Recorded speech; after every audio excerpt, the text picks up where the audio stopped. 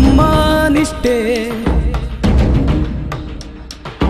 ನಮ್ಮ ಶ್ರಮ ನಮ್ಮ ಪ್ರತಿಷ್ಠೆ ಭೂಮಿಯೇ ತಾಯಿ ತಾಯಿಯೇ ಭೂಮಿ ಹೊಲವೇ ನಮ್ಮ ಗುಡಿ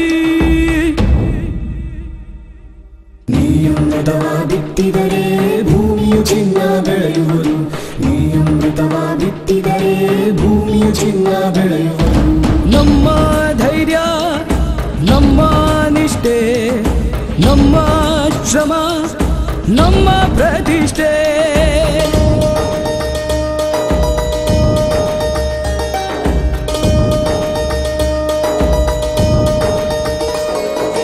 ಬೆವರಿನ ಧಾರೆ ಸುರಿಯಿತು ಆ ಬಿಸಿಲಿನ ಬೇಗೆ ಕಾಡಿತು ಬೆವರಿನ ಧಾರೆ ಸುರಿಯಿತು ಆ ಬಿಸಿಲಿನ ಬೇಗೆ ಕಾಡಿತು ಶ್ರಮಕ್ಕೆ ನಿಜ ಫಲ ದೊರಕಿತು ಪ್ರತಿ ತಾಯಿಯೂ ರೊಟ್ಟಿಯ ಸುಡುವಾಗ ರೈತನ ಮನವು ತಣಿಯುವುದು ಇಡೀ ದೇಶವು ಅನ್ನವ ಉಂಡಾಗ ನೀಯಮೃತವ ಬಿತ್ತಿದರೆ ಭೂಮಿಯು ಚಿನ್ನ ಬೆಳೆಯುವುದು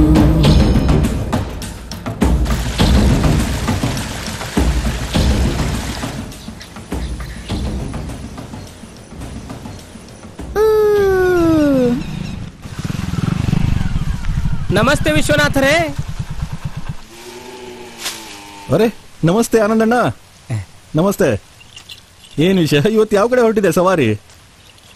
ಅರೆ ಇವತ್ತು ಸಂಜೆ ಮೀಟಿಂಗ್ ಇದೆ, ನೀವು ಬರಲೇಬೇಕು ಅಲ್ಲಿಗೆ.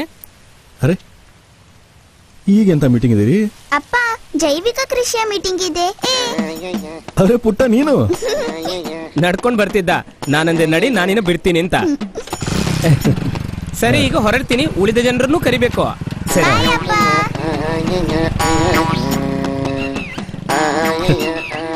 ಮೀಟಿಂಗ್ ಇಳಿಯೋ, ಮನೆಗೆ ಹೋಗ್ಬೇಕಿನ್ನು.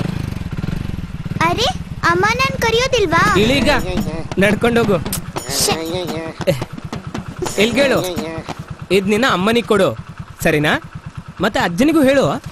ಸರಿ. ಪುಟ್ಟ ಅಮ್ಮಂಗೆ ಹೇಳು, ಭೈರವ್ಗೆ ಹಾಲು ಬೇಡವಂತೆ.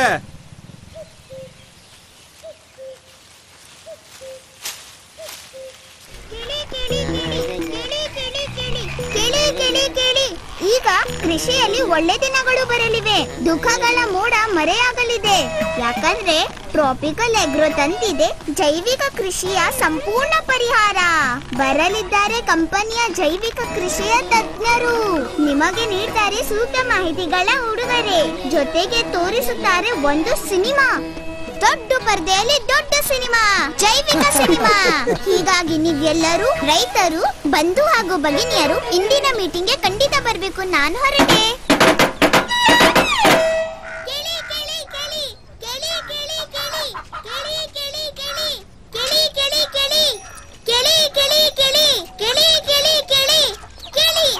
ಈಗ ನೋಡಿ ದೊಡ್ಡ ಪರದೆಯಲ್ಲಿ ದೊಡ್ಡ ಸಿನಿಮಾ, ಜೈವಿಕ ಸಿನಿಮಾ. ತಾತಯ್ಯ ಜೈವಿಕ ಸಿನಿಮಾ ನೋಡಲು ಬರ್ತೀರಲ್ವಾ? ಅದೇನು ಜೈವಿಕ? ಮೊದಲು ಟ್ರಾಫಿ ಕೊಡಿ, ಆಮೇಲೆ ಹೇಳ್ತೀನಿ. ದೇವ್ರೆ ತಗೋ, ಈಗ ಹೇಳು. ನನ್ಗೂ ಗೊತ್ತಿಲ್ಲ, ಪಿಕ್ಚರ್ ನೋಡಿದ ಮೇಲೆ ಗೊತ್ತಾಗುತ್ತೆ. ಚೀಲನಾದ್ರೂ ಒಳಗಿಡೋ. ಅದ್ಯಾವ ಫಿಲ್ಮ್ ಬಗ್ಗೆ ಹೇಳ್ತಿದ್ದ? ಅಪ್ಪಯ್ಯ ಏನೋ ಜೈವಿಕ ಜೈವಿಕ ಅಂತ ಇದ್ದ, ಅದೇನೋ ಗೊತ್ತಿಲ್ಲ. ಜೈವಿಕ ಜೈವಿಕ. ಇವತ್ ಸಂಜೆ ಮೀಟಿಂಗ್ ಇದೆ ಅಂತೆ, ದೊಡ್ಡ ಪರದೆ ಮೇಲೆ ಪಿಕ್ಚರ್ ತೋರಿಸ್ತಾರಂತೆ. ಭೈರವ್ಗೆ ಹಾಲು ಬೇಕಾಗಿಲ್ಲ.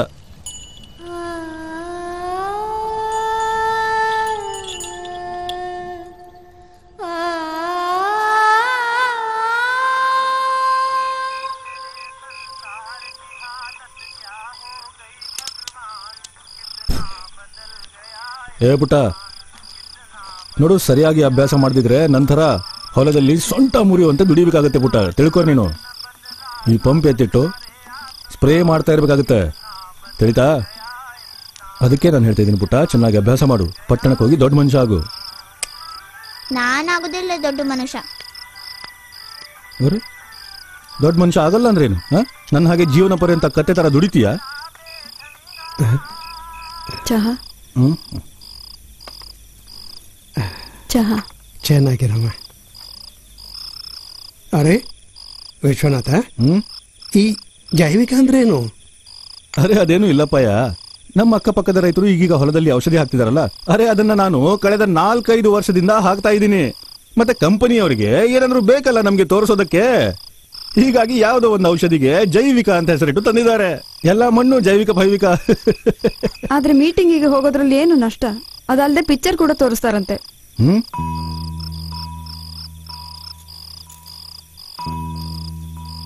ಹೋಗೋಣ ವಿಶ್ವನಾಥ, ಫಿಲ್ಮ್ ನೋಡೋಣ. ಅಪ್ಪಯ್ಯ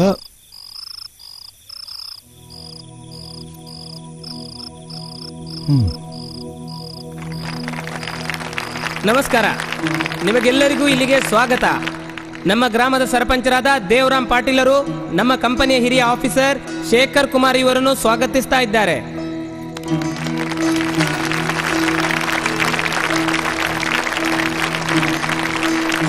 ಈಗ ಶೇಖರ್ ಸಾಹೇಬರು ನಿಮ್ಮೊಂದಿಗೆ 2 ಮಾತು ಮಾತಾಡ್ತಾರೆ. ಧನ್ಯವಾದ. ತಗೊಳ್ಳಿ ಸರ್. ಇವತ್ತಿಲ್ಲಿ ನೀವೆಲ್ಲರೂ ಎಷ್ಟು ದೊಡ್ಡ ಸಂಖ್ಯೆಯಲ್ಲಿ ನಡೆದಿದ್ದೀರಿ. ಅದಕ್ಕಾಗಿ ನಾನು ನಮ್ಮ ಕಂಪನಿ ಟ್ರಾಪಿಕಲ್ ಆಗ್ರೋ ವತಿಯಿಂದ ನೀವೆಲ್ಲ ರೈತ ಬಂಧು ಭಗಿನಿಯರಿಗೆ ಸ್ವಾಗತ ಕೋರ್ತಾ ಇದ್ದೇನೆ. ಇದು ನಮ್ಮ ನಡುವಿನ ಮೊದಲ ಭೇಟಿಯಂತೂ ಅಲ್ಲ, ಆದರೆ ಹಾಗೆ ನೋಡೋದಕ್ಕೆ ಹೋದರೆ ನಮ್ಮ ಮೊದಲ ಭೇಟಿ ಥರಾನೇ ಇದೆ. ಏಕೆಂದರೆ ನೀವು ಇವತ್ತು ಈ ಪರದೆ ಮೇಲೆ ನೋಡಲಿದ್ದೀರಿ, ಅದನ್ನು ಬಹುಶಃ ನೀವು ಮೊದಲು ನೋಡದಿರಬಹುದು. ಆದರೆ ಅದರ ನೆನಪುಗಳು ಮಾಸಿ ಹೋಗಿರಬಹುದು. ಇವತ್ತು ಆ ಮಾಸಿದ ನೆನಪುಗಳ ಮೇಲೆ ಬೆಳಕು ಚೆಲ್ಲುವ ಪ್ರಯತ್ನ ಮಾಡೋಣ. ನಾವು ಬಯಸ್ತೇವೆ ಇವತ್ತಿನಿಂದ ನಿಮ್ಮ ಬದುಕಲ್ಲಿ ಒಂದು ಹೊಸ ಅಧ್ಯಾಯ ಶುರುವಾಗಲಿ. ನೋಡಿ, ಯಾವುದೇ ಹೊಸ ವಿಷಯವನ್ನು ಬದುಕಲ್ಲಿ ಅಳವಡಿಸಿಕೊಳ್ಳಲು ಮೊದಲು ಆ ವಿಷಯದ ಸಂಪೂರ್ಣ ಮಾಹಿತಿ ಇರುವುದು ಅವಶ್ಯಕ. ಅದಕ್ಕಾಗಿಯೇ ನಾವು ಈ ಫಿಲ್ಮ್ ನಿಮಗಾಗಿ ತಯಾರಿಸಿದ್ದೇವೆ. ಫಿಲ್ಮ್ ಮುಕ್ತಾಯವಾದ ನಂತರ ಫಿಲ್ಮ್ನ ಬಗ್ಗೆ ನಿಮ್ಮ ಅಭಿಪ್ರಾಯ ತಿಳಿಯಲು ನಾವು ಉತ್ಸುಕರಾಗಿದ್ದೇವೆ. ಯಾರು ಹೆಚ್ಚು ಹೊತ್ತು ನಿಲ್ಲೋಕ್ಕಾಗಲ್ವೋ ಮತ್ತೆ ಇದರ ಬಗ್ಗೆ ಹೆಚ್ಚಿನ ಮಾಹಿತಿ ಪಡೆಯಲು ಬಯಸ್ತಾರೋ ಅವರಿಗಾಗಿ ನಮ್ಮ ಕಂಪನಿಯ ಪ್ರತಿನಿಧಿ ಆನಂದ್ ಕುಮಾರ್ರು ನಾಳೆ ಅವರ ಮನೆಗೆ ಹೋಗಿ ಭೇಟಿ ಮಾಡ್ತಾರೆ. ಬನ್ನಿ ನಾವು ಫಿಲ್ಮ್ ನೋಡೋಣ.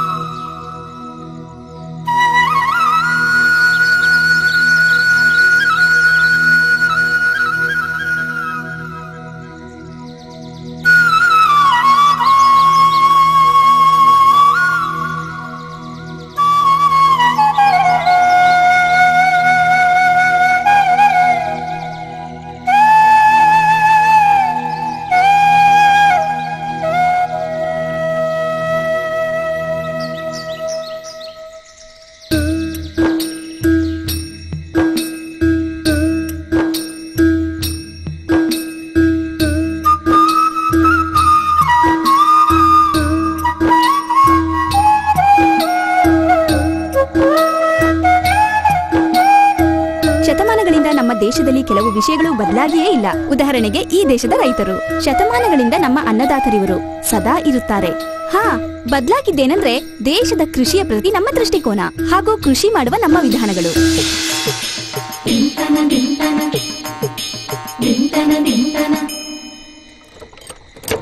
ಎಷ್ಟೋ ಶತಮಾನಗಳವರೆಗೆ ಬೇಟೆಗಾರ ಹಾಗೂ ಅಲೆಮಾರಿ ಪ್ರಜಾತಿಯವನಾಗಿದ್ದು ಮನುಷ್ಯನಿಗೆ ಆಹಾರದ ಉತ್ಪಾದನೆಯ ವಿಧಾನ ಮತ್ತು ಮಹತ್ವ ಅರ್ಥವಾದಾಗ ಆತ ತನ್ನ ಅಲೆಮಾರಿ ಜೀವನ ಶೈಲಿಯನ್ನು ತ್ಯಜಿಸಿ ಒಂದು ಜಾಗದಲ್ಲಿ ನೆಲೆಸಿ ಕೃಷಿ ಮಾಡಲು ನಿರ್ಧರಿಸಿದ. ಶತಮಾನಗಳ ಅನುಭವ ಆತನಿಗೆ ಕೃಷಿಯ ಸೂಕ್ಷ್ಮತೆಗಳನ್ನು ಚೆನ್ನಾಗಿ ಕಲಿಸಿತು. ಅವನಿಗೆ ಋತುಗಳು ಹಾಗೂ ಹವಾಮಾನದ ಜ್ಞಾನ ಲಭಿಸಿತು. ಅವನಿಗೆ ಮಣ್ಣಿನ ಶಕ್ತಿ ಮತ್ತು ಸ್ವಭಾವದ ಅಂದಾಜು ಸಿಕ್ಕಿತು. ಯಾವ ಮಣ್ಣಲ್ಲಿ ಯಾವ ಫಸಲು ಮತ್ತು ಯಾವ ಹವಾಮಾನದಲ್ಲಿ ಯಾವ ಇಳುವರಿ ಶ್ರೇಷ್ಠ ಪರಿಣಾಮ ನೀಡುತ್ತೆ ಎಂಬ ಅರಿವು ಅವನಿಗೆ ಸಿಕ್ಕಿತು. ಮನುಷ್ಯನು ಪ್ರಕೃತಿಯಲ್ಲಿ ಅದರ ಅನುಸಾರವೇ ಕೃಷಿ ಕೈಕೊಂಡ. ಅವನಿಗೆ ಶ್ರೇಷ್ಠ ಫಲಿತಾಂಶಗಳೂ ಸಿಕ್ಕಿದವು. ಕೃಷಿಯ ಎಲ್ಲ ಸಾಧನಗಳು ಮತ್ತು ವಿಧಾನಗಳು ಪ್ರಾಕೃತಿಕವಾಗಿದ್ದವು. ಹೊಲದ ಉಳುಮೆಗೆ ಎತ್ತು ಮತ್ತು ಕಟ್ಟಿಗೆಯ ನೇಗಿಲನ್ನು ಬಳಸುತ್ತಿದ್ದರು. ಆಗ ಮಣ್ಣು ಆರೋಗ್ಯಕರ ಹಾಗೂ ಕೋಮಲವಾಗಿತ್ತು. ಹೀಗಾಗಿ ನೇಗಿಲಿಂದ ಹೊಲ ಉಳುಮೆ ತುಂಬಾ ಸುಲಭವಾಗಿತ್ತು. ರಸಗೊಬ್ಬರದ ರೂಪದಲ್ಲಿ ಗೊಬ್ಬರ ಬಳಸುತ್ತಿದ್ದರು. ಕೆಲವೆಡೆ ಮುಂಚಿನ ಫಸಲಿನ ಉಳಿದಂತಹ ಅವಶೇಷಗಳನ್ನು ರಸಗೊಬ್ಬರದಂತೆ ಬಳಸಲಾಗುತ್ತಿತ್ತು. ಇಷ್ಟೇ ಅಲ್ಲ, ಮಣ್ಣಲ್ಲಿ ಎರೆಹುಳದಂತಹ ಹಲವು ಬಗೆಯ ಮಿತ್ರ ಕೀಟಗಳು, ಜೀವಿಗಳು ಇರುತ್ತಿದ್ದವು. ಇವು ರೈತರಿಗಾಗಿ ನೈಸರ್ಗಿಕವಾಗಿಯೇ ಉತ್ತಮ ಬಗೆಯ ರಸಗೊಬ್ಬರವನ್ನು ಒದಗಿಸುತ್ತಿದ್ದವು. ಜೊತೆಗೆ ಹೊಲದ ಮಣ್ಣನ್ನು ಮೇಲೆ ಕೆಳಗೆ ಮಾಡಿ ಅದರ ಫಲವತ್ತತೆಯನ್ನು ಹೆಚ್ಚಿಸಲು ನೆರವಾಗುತ್ತಿದ್ದವು. ಹಿಂದಿನ ಕಾಲದಲ್ಲೂ ಫಸಲಿಗೆ ಕೀಟಗಳು ತಾಗುತ್ತಿದ್ದವು. ಆದರೆ ಅವನ್ನು ತಡೆಗಟ್ಟಲು ಅತ್ಯಂತ ಪ್ರಭಾವಶಾಲಿ ಮತ್ತು ಅತ್ಯಂತ ಸುಲಭವಾಗಿ ಸಿಗುತ್ತಿದ್ದ ಕೀಟನಾಶಕಗಳನ್ನು ಬಳಸಲಾಗುತ್ತಿತ್ತು. ಅವನ್ನು ರೈತರು ಸ್ವತಃ ತನ್ನ ಮನೆಯಲ್ಲೇ ಲಭ್ಯ ಸಾಮಗ್ರಿಗಳಿಂದ ಸಿದ್ಧಗೊಳಿಸುತ್ತಿದ್ದರು. ಪಂಚಗಭ್ಯ ಇದೇ ಬಗೆಯ ಒಂದು ಪರಿಣಾಮಕಾರಿ ಕೀಟನಾಶಕವಾಗಿತ್ತು. ಇದು ಗೋಮೂತ್ರ, ಹಸುವಿನ ಹಾಲಿನಿಂದ ತಯಾರಾದ ತುಪ್ಪ, ಗೊಬ್ಬರ ಮತ್ತು ಇಂಥ ಅನ್ಯ ಸಾಮಗ್ರಿಗಳ ಸೂಕ್ತ ಮಿಶ್ರಣದಿಂದ ತಯಾರಾಗುತ್ತಿತ್ತು. ಇವೆಲ್ಲದರ ಪರಿಣಾಮದಿಂದಾಗಿ ತಯಾರಾಗುತ್ತಿದ್ದ ಉತ್ಪನ್ನ ತುಂಬಾ ಆರೋಗ್ಯಕರವಾಗಿರ್ತಿತ್ತು. ಅದರ ಮೇಲೆ ಯಾವುದೇ ಬಗೆಯ ಹಾನಿಕಾರಕ ರಾಸಾಯನಿಕ ಪದಾರ್ಥಗಳ ಅಂಶವೂ ಕೂಡ ಇರುತ್ತಿರಲಿಲ್ಲ. ಇಂತಹ ಫಸಲಿನಿಂದ ಸಿಗುವ ಅನ್ನ ತಿನ್ನುವವರ ಆರೋಗ್ಯವನ್ನು ವರ್ಧಿಸುತ್ತಿತ್ತು. ಹೀಗಾಗಿಯೇ ಆ ಕಾಲದ ಜನರು ಹೆಚ್ಚು ಶಕ್ತಿಶಾಲಿ ಮತ್ತು ಪರಿಶ್ರಮಿಯಾಗಿರುತ್ತಿದ್ರು. ಸ್ವಸ್ಥ ಜೀವನ ಶೈಲಿ, ನಿಯಮಿತ ವ್ಯಾಯಾಮದಿಂದಾಗಿ ಇವತ್ತಿನ ರೋಗಗಳು ಅಂದ್ರೆ ಹೃದ್ರೋಗ, ಕ್ಯಾನ್ಸರ್, ಬ್ಲಡ್ ಪ್ರೆಷರ್, ಡಯಾಬಿಟೀಸ್ ತುಂಬಾ ಕಡಿಮೆ ಕಾಣಿಸಿಕೊಳ್ಳುತ್ತಿದ್ವು. ಇದರ ಜೊತೆ ಪರ್ಯಾವರಣವೂ ಸಮೃದ್ಧವಾಗಿತ್ತು. ಬಗೆ ಬಗೆಯ ಪಕ್ಷಿಗಳು ಹೊಲದ ಸುತ್ತ ಗೂಡು ನಿರ್ಮಿಸಿ ಬದುಕುತ್ತಿದ್ದವು. ಪಕ್ಷಿಗಳು ಹಾನಿಯುಂಟು ಮಾಡುವ ಕೀಟಗಳನ್ನು ತಿಂದು ಫಸಲನ್ನು ಕಾಯುತ್ತಿದ್ದವು. ಎಲ್ಲ ಸೇರಿಸಿ ಈ ವ್ಯವಸ್ಥೆ ಎಲ್ಲರಿಗಾಗಿಯೂ ತುಂಬಾ ಲಾಭಕರವಾಗಿತ್ತು. ನನ್ಗಿನ್ನೂ ನೆನಪಿದೆ, ಆ ಸಮಯ ನನ್ನ ವಯಸ್ಸು 10 ವರ್ಷದಷ್ಟಿರ್ಬೋದು. ನನ್ನ ಅಜ್ಜನವರು ಆ ವಯಸ್ಸಲ್ಲೂ ಹೊಲದಲ್ಲಿ ಬೆವರು ಸುರಿಸ್ತಿದ್ರು. ಮನೆ ಕುಟುಂಬದ ಎಲ್ಲಾ ಕೆಲಸಗಳನ್ನು ಮಾಡ್ತಿದ್ರು. ಮತ್ತೆ ಅಖಾಡದಲ್ಲಿ ಕುಸ್ತಿನೂ ಆಡ್ತಿದ್ರು. ಅವರನ್ನು ಸೋಲ್ಸೋದು ಸುಲಭವಾಗಿರ್ಲಿಲ್ಲ. ಜೀವನವಿಡೀ ಅಜ್ಜನವರು ಹೊಲದಲ್ಲಿ ಬೆನ್ನು ಬಾಗಿಸಿ ಕೆಲಸ ಮಾಡಿದ್ರು.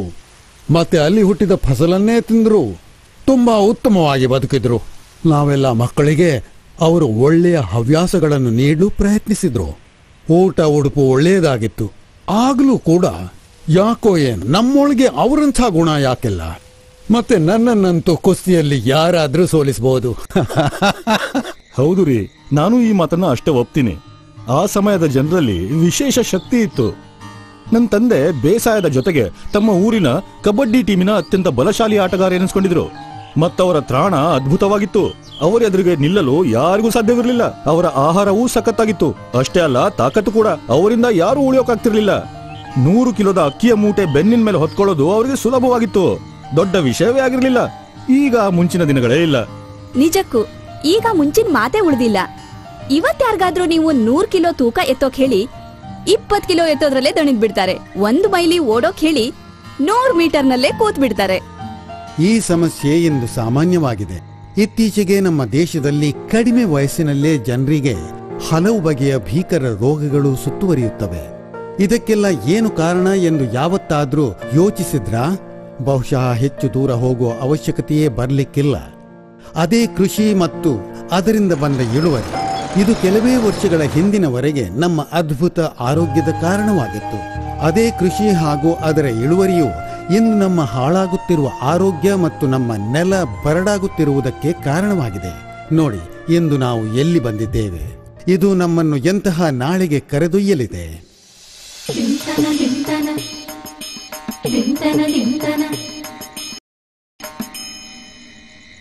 ಶತಮಾನದಿಂದ ಭಾರತ ಕೃಷಿ ಪ್ರಧಾನ ದೇಶವಾಗಿದೆ. ದೇಶದ ಜನಸಂಖ್ಯೆಯ ಒಂದು ದೊಡ್ಡ ಭಾಗ ಇಂದಿಗೂ ಗ್ರಾಮಗಳಲ್ಲಿದೆ ಹಾಗೂ ಜೀವನ ನಿರ್ವಹಣೆಗಾಗಿ ಇಂದಿಗೂ ಬೇಸಾಯವನ್ನೇ ಅವಲಂಬಿಸಿದೆ. ಹೀಗಾಗಿಯೇ ಸ್ವಾತಂತ್ರ್ಯದ ನಂತರವೇ ಕೃಷಿ ಮತ್ತು ರೈತರ ಬಗ್ಗೆ ನಮ್ಮ ಸರ್ಕಾರಗಳು ಗಂಭೀರವಾಗಿ ಯೋಚಿಸುತ್ತಿವೆ.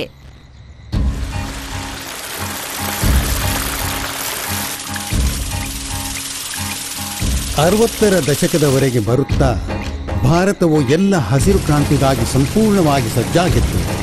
ಇಳುವರಿ ಹೆಚ್ಚಿಸಲು ಹಾಗೂ ಆಧುನಿಕ ವಿಧಾನದಿಂದ ಬೇಸಾಯ ಮಾಡಲು ಅತ್ಯಂತ ವ್ಯಾಪಕವಾಗಿ ಒಂದು ಪ್ರಯೋಗವನ್ನು ಮಾಡಲು ಸರ್ಕಾರ ಸನ್ನದ್ಧವಾಗಿತ್ತು.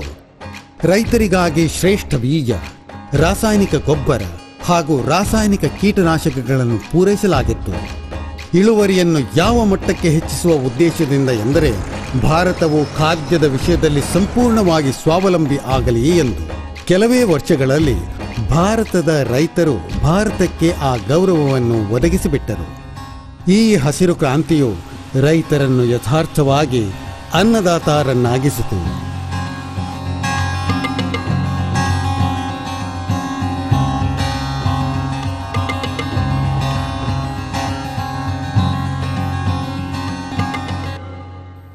ಆದ್ರೆ ಈ ಹೊಳಪು ಬಹಳ ದಿನ ಉಳಿಯೋದ್ ಸಾಧ್ಯವಿಲ್ಲ.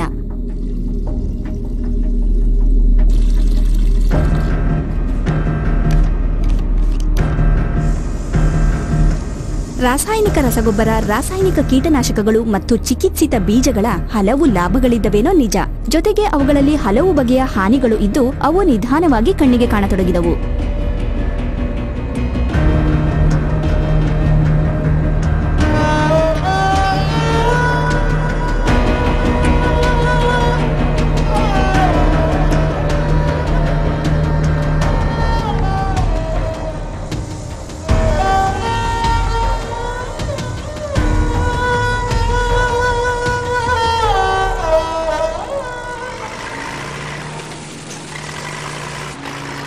ಇಂದು ನಮ್ಮ ಸಮಾಜದಲ್ಲಿ ವೈದ್ಯಕೀಯ ಪ್ರಗತಿ ಸಾಕಷ್ಟು ಆಗಿದೆ. ಆದರೂ ಈಗಲೂ ರೋಗಗಳ ಪ್ರಮಾಣ ತುಂಬ ಹೆಚ್ಚಾದಾಗಿದೆ. ಮೊದಲು ಯಾವ ರೋಗಗಳು ಮುದಿತನದಲ್ಲಿ ಬರುತ್ತಿದ್ವೋ ಅವೀಗ ಚಿಕ್ಕ ವಯಸ್ಸಲ್ಲೇ ಆಗುತ್ತಿವೆ. ಮತ್ತೆ ಈ ರಾಸಾಯನಿಕ ಕೃಷಿ ಪದ್ಧತಿಯಿಂದಾಗಿ ಮೊದಲು ನಮ್ಮ ಜಮೀನಿಗೆ ರೋಗ ಬಂದ್ಬಿಡುತ್ತೆ. ಈ ರಾಸಾಯನಿಕ ಖಾದ್ಯಗಳಿಂದಾಗಿ ನಮಗೆ ಉತ್ಪನ್ನ ಹೆಚ್ಚಿದಂತೆ ಕಾಣುತ್ತೆ. ಆದರೆ ಈ ಸಿದ್ಧವಾದ ಖಾದ್ಯಗಳನ್ನು ನಾವು ಬಳಸ್ತೀವಲ್ಲ, ಅವು ಫಸಲಿಗೆ ಸೂಕ್ತವಾಗಿವೆ ಅಥವಾ ಅಗತ್ಯವಾಗಿವೆ ಅಂತೇನೂ ಇಲ್ವಲ್ಲ. ಅವುಗಳಲ್ಲಿ ಕೆಲವು ಹಾಳಾಗಿ ಬಿಡುತ್ತವೆ, ಕೆಲವು ವಿಭಿನ್ನ ಬಗೆಯ ವಿಷಯುಕ್ತ ಪದಾರ್ಥಗಳಾಗುತ್ತವೆ. ಅವು ಅಲ್ಲೇ ಜಮೀನಿನಲ್ಲೇ ಉಳಿದುಕೊಳ್ಳುತ್ತವೆ ಅಥವಾ ಹಾಗೆ ನೀರಿನಲ್ಲಿ ಕರಗಿ ಬಿಡುತ್ತವೆ. ಕೆಲವಂತೂ ವಾಯುವಾಗಿ ಗಾಳಿಯಲ್ಲಿ ಸೇರುತ್ತವೆ. ಈ ರೀತಿಯಲ್ಲಿ ಮಣ್ಣು, ನೀರು, ಗಾಳಿ, ಪರಿಸರ ಇವೆಲ್ಲವುಗಳಲ್ಲಿ ರಾಸಾಯನಿಕ ನಿವೇಶಗಳಿಂದಾಗಿ, ರಾಸಾಯನಿಕ ಇನ್ಪುಟ್ಸ್ ಅಂತ ನಾವೇನು ಹೇಳ್ತೀವಿ, ಅದರಿಂದಾಗಿ ಪ್ರದೂಷಣೆಯ ಪ್ರಕ್ರಿಯೆಯು ಶುರುವಾಗುತ್ತದೆ. ಮತ್ತೆ ಜಮೀನಿನಲ್ಲಿ ಪೋಷಕಾಂಶಗಳ ಸಂತುಲನ ಇಲ್ಲಿಂದಲೇ ಹಾಳಾಗುತ್ತೆ. ಮತ್ತೆ ನಮಗೆ ಗೊತ್ತಿದೆ, ಎಲ್ಲಿ ಸಂತುಲನ ಹಾಳಾಗುತ್ತೋ ಅಲ್ಲಿ ಆರೋಗ್ಯವು ಖಂಡಿತ ಹಾಳಾಗುತ್ತೆ, ಮತ್ತೆ ರೋಗಗಳು ಶುರುವಾಗಿ ಬಿಡುತ್ತವೆ. ರಾಸಾಯನಿಕ ಕೀಟಗಳ ಸಿಂಪಡಿಕೆಯಿಂದ ಕೀಟಗಳ ದಾಳಿಯಿಂದಾಗಿ ಫಸಲಿಗೆ ಉಂಟಾಗುವ ನಷ್ಟವು ತುಂಬ ಕಡಿಮೆಯಾಗಿತ್ತು, ಇಳುವರಿ ಹೆಚ್ಚಿತು. ಆದರೆ ಇನ್ನೊಂದು ನಿಜ ಏನೆಂದರೆ ಕೀಟನಾಶಕಗಳು ಫಸಲಿಗೆ ನೆರವಾಗುವ ಮಿತ್ರ ಕೀಟಗಳು, ಜೇನ್ನೊಣ ಮತ್ತು ಎರೆಹುಳು ಇತ್ಯಾದಿಗಳನ್ನೂ ನಾಶ ಮಾಡಿದವು. ಇದಕ್ಕೂ ಹೆಚ್ಚಾಗಿ ರಾಸಾಯನಿಕ ಕೀಟನಾಶಕಗಳ ವ್ಯಾಪಕ ಬಳಕೆಯಿಂದಾಗಿ ಅವುಗಳ ಸಂಪರ್ಕಕ್ಕೆ ಬರುವ ರೈತರು ಮತ್ತು ಹೊಲದಲ್ಲಿ ಕೆಲಸ ಮಾಡುವ ಕಾರ್ಮಿಕರ ಆರೋಗ್ಯದ ಮೇಲೂ ದುಷ್ಪ್ರಭಾವ ಕಾಣಿಸಿಕೊಂಡಿತು. ಕೇರಳದ ಕಾಸರಗೋಡು ಕ್ಷೇತ್ರದಲ್ಲಿ ಗೋಡಂಬಿ ತೋಟಗಳಲ್ಲಿ 25 ವರ್ಷಗಳವರೆಗೆ ಮಾಡಲಾದ ಸಿಂಪಡಿಕೆಯಿಂದಾಗಿ ಎಷ್ಟೋ ವರ್ಷ ಸಾವಿರಾರು ಶಿಶುಗಳು ಜನ್ಮಜಾತ ಭೀಕರ ಶಾರೀರಿಕ ಮತ್ತು ಮಾನಸಿಕ ವಿಕೃತಿಯೊಂದಿಗೆ ಜನಿಸಿದವು. ರಾಸಾಯನಿಕ ಕೀಟನಾಶಕಗಳು ಮತ್ತು ರಸಗೊಬ್ಬರದ ದುಷ್ಪ್ರಭಾವಕ್ಕೆ ಈಡಾದ ಒಂದು ಟ್ರೇನ್ ಪಂಜಾಬಿನ ಭಟಿಂಡಾ ನಗರದಿಂದ ರಾಜಸ್ಥಾನದ ಬೀಕನೇರಿಗೆ ಹೋಗುತ್ತದೆ. ಈ ಟ್ರೇನ್ ಕ್ಯಾನ್ಸರ್ ಟ್ರೇನ್ ಎಂದು ಕುಖ್ಯಾತಿ ಹೊಂದಿದೆ, ಏಕೆಂದರೆ ಈ ಟ್ರೇನ್ನಲ್ಲಿ ಪ್ರತಿದಿನ ಸರಾಸರಿ ಕ್ಯಾನ್ಸರ್ನ 60 ರೋಗಿಗಳು ಇರುತ್ತಾರೆ. ಇಂದು ಒಂದು ಆಶಾಕಿರಣದ ಬೆನ್ನು ಹತ್ತಿ 100 ಮೈಲಿಯ ಪ್ರಯಾಣ ಪ್ರಾರಂಭಿಸುತ್ತಾರೆ. ರಾಸಾಯನಿಕ ಕೀಟನಾಶಕದ ಭಯಾನಕ ಪ್ರಭಾವವನ್ನು ನಾನು ನನ್ನ ಕಣ್ಣಾರೆ ನೋಡಿದ್ದೇನೆ. ನನ್ನ ಸ್ವಂತ ಅಣ್ಣ ಸ್ವಲ್ಪ ದಿನದ ಮುಂಚೆ ಕ್ಯಾನ್ಸರ್ನಿಂದ ನರಳಿ ತೀರ್ಕೊಂಡ. ಅವನು ರೈತನಾಗಿದ್ದ. ಮತ್ತೊಬ್ಬರನ್ನ ನೋಡಿ ಅವನು ಆ ವಿಷಕಾರಿ ಔಷಧಿಗಳನ್ನ ಯೋಚಿಸಿದ್ದೇನೆ ಬಳಸೋದಕ್ಕೆ ಶುರು ಮಾಡ್ದ. ಔಷಧಿ ಸಿಂಪಡಿಕೆಯ ನಂತರವೂ ಎಚ್ಚರಿಕೆ ವಹಿಸಲಿಲ್ಲ. ಅವನು ಹೊಲದಲ್ಲಿ ಮುಖ ಮುಚ್ಕೊಳ್ದೇನೆ ಸುತ್ತಿದ್ದ. ಅದೇ ಧಾನ್ಯ ಮತ್ತೆ ಫಲ ಅವನು ತಿಂದ. ಅವನಿಗೆ ಅವನ ಹೊಟ್ಟೆಯಲ್ಲಿ ಕ್ಯಾನ್ಸರ್ ಆಯ್ತು. ನನ್ನ ಕಣ್ಣು ಎದುರೇ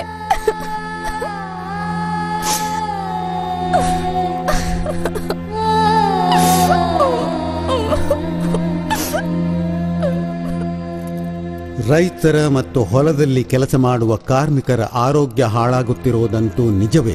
ಅದರ ಜೊತೆ ಆದಷ್ಟು ಹೆಚ್ಚು ಇಳುವರಿ ಪಡೆಯಲು ಕೀಟನಾಶಕಗಳು, ರಸಗೊಬ್ಬರ ಮತ್ತು ಉನ್ನತ ಬೀಜಗಳನ್ನು ವಿವೇಚನೆ ಇಲ್ಲದೆ ಕಣ್ಣು ಮುಚ್ಚಿ ಬಳಸಲಾಗುತ್ತಿದೆ.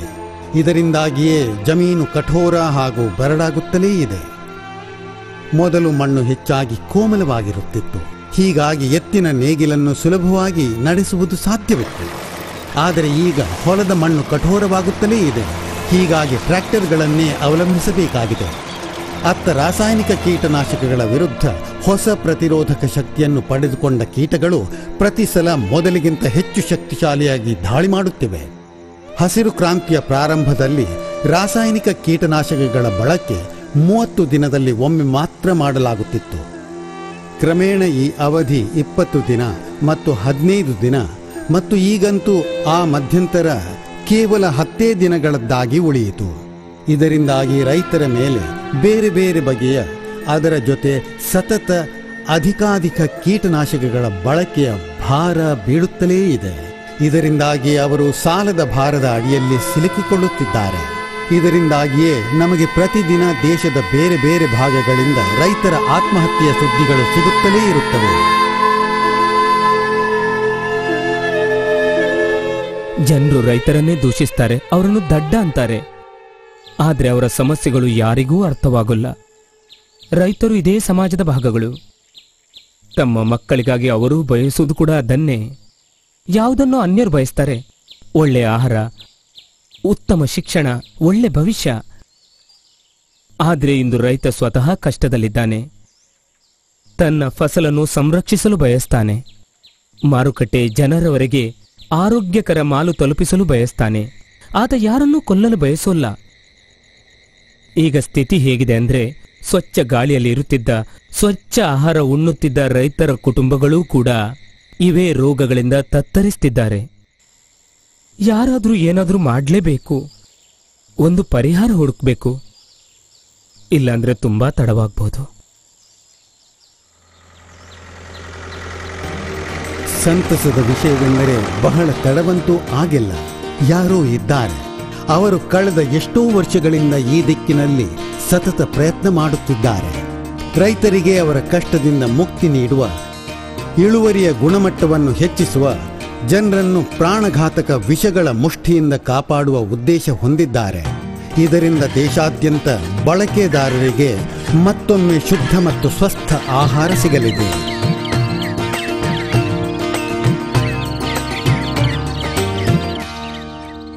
ಬನ್ನಿ ನೋಡೋಣ, ಯಾವ ಬಗೆಯ ಕ್ರಾಂತಿಕಾರಿ ಹೆಜ್ಜೆಯನ್ನಿರಿಸಲಾಗಿದೆ ಮತ್ಯಾರಿರಬಹುದು ಆ ಜನ.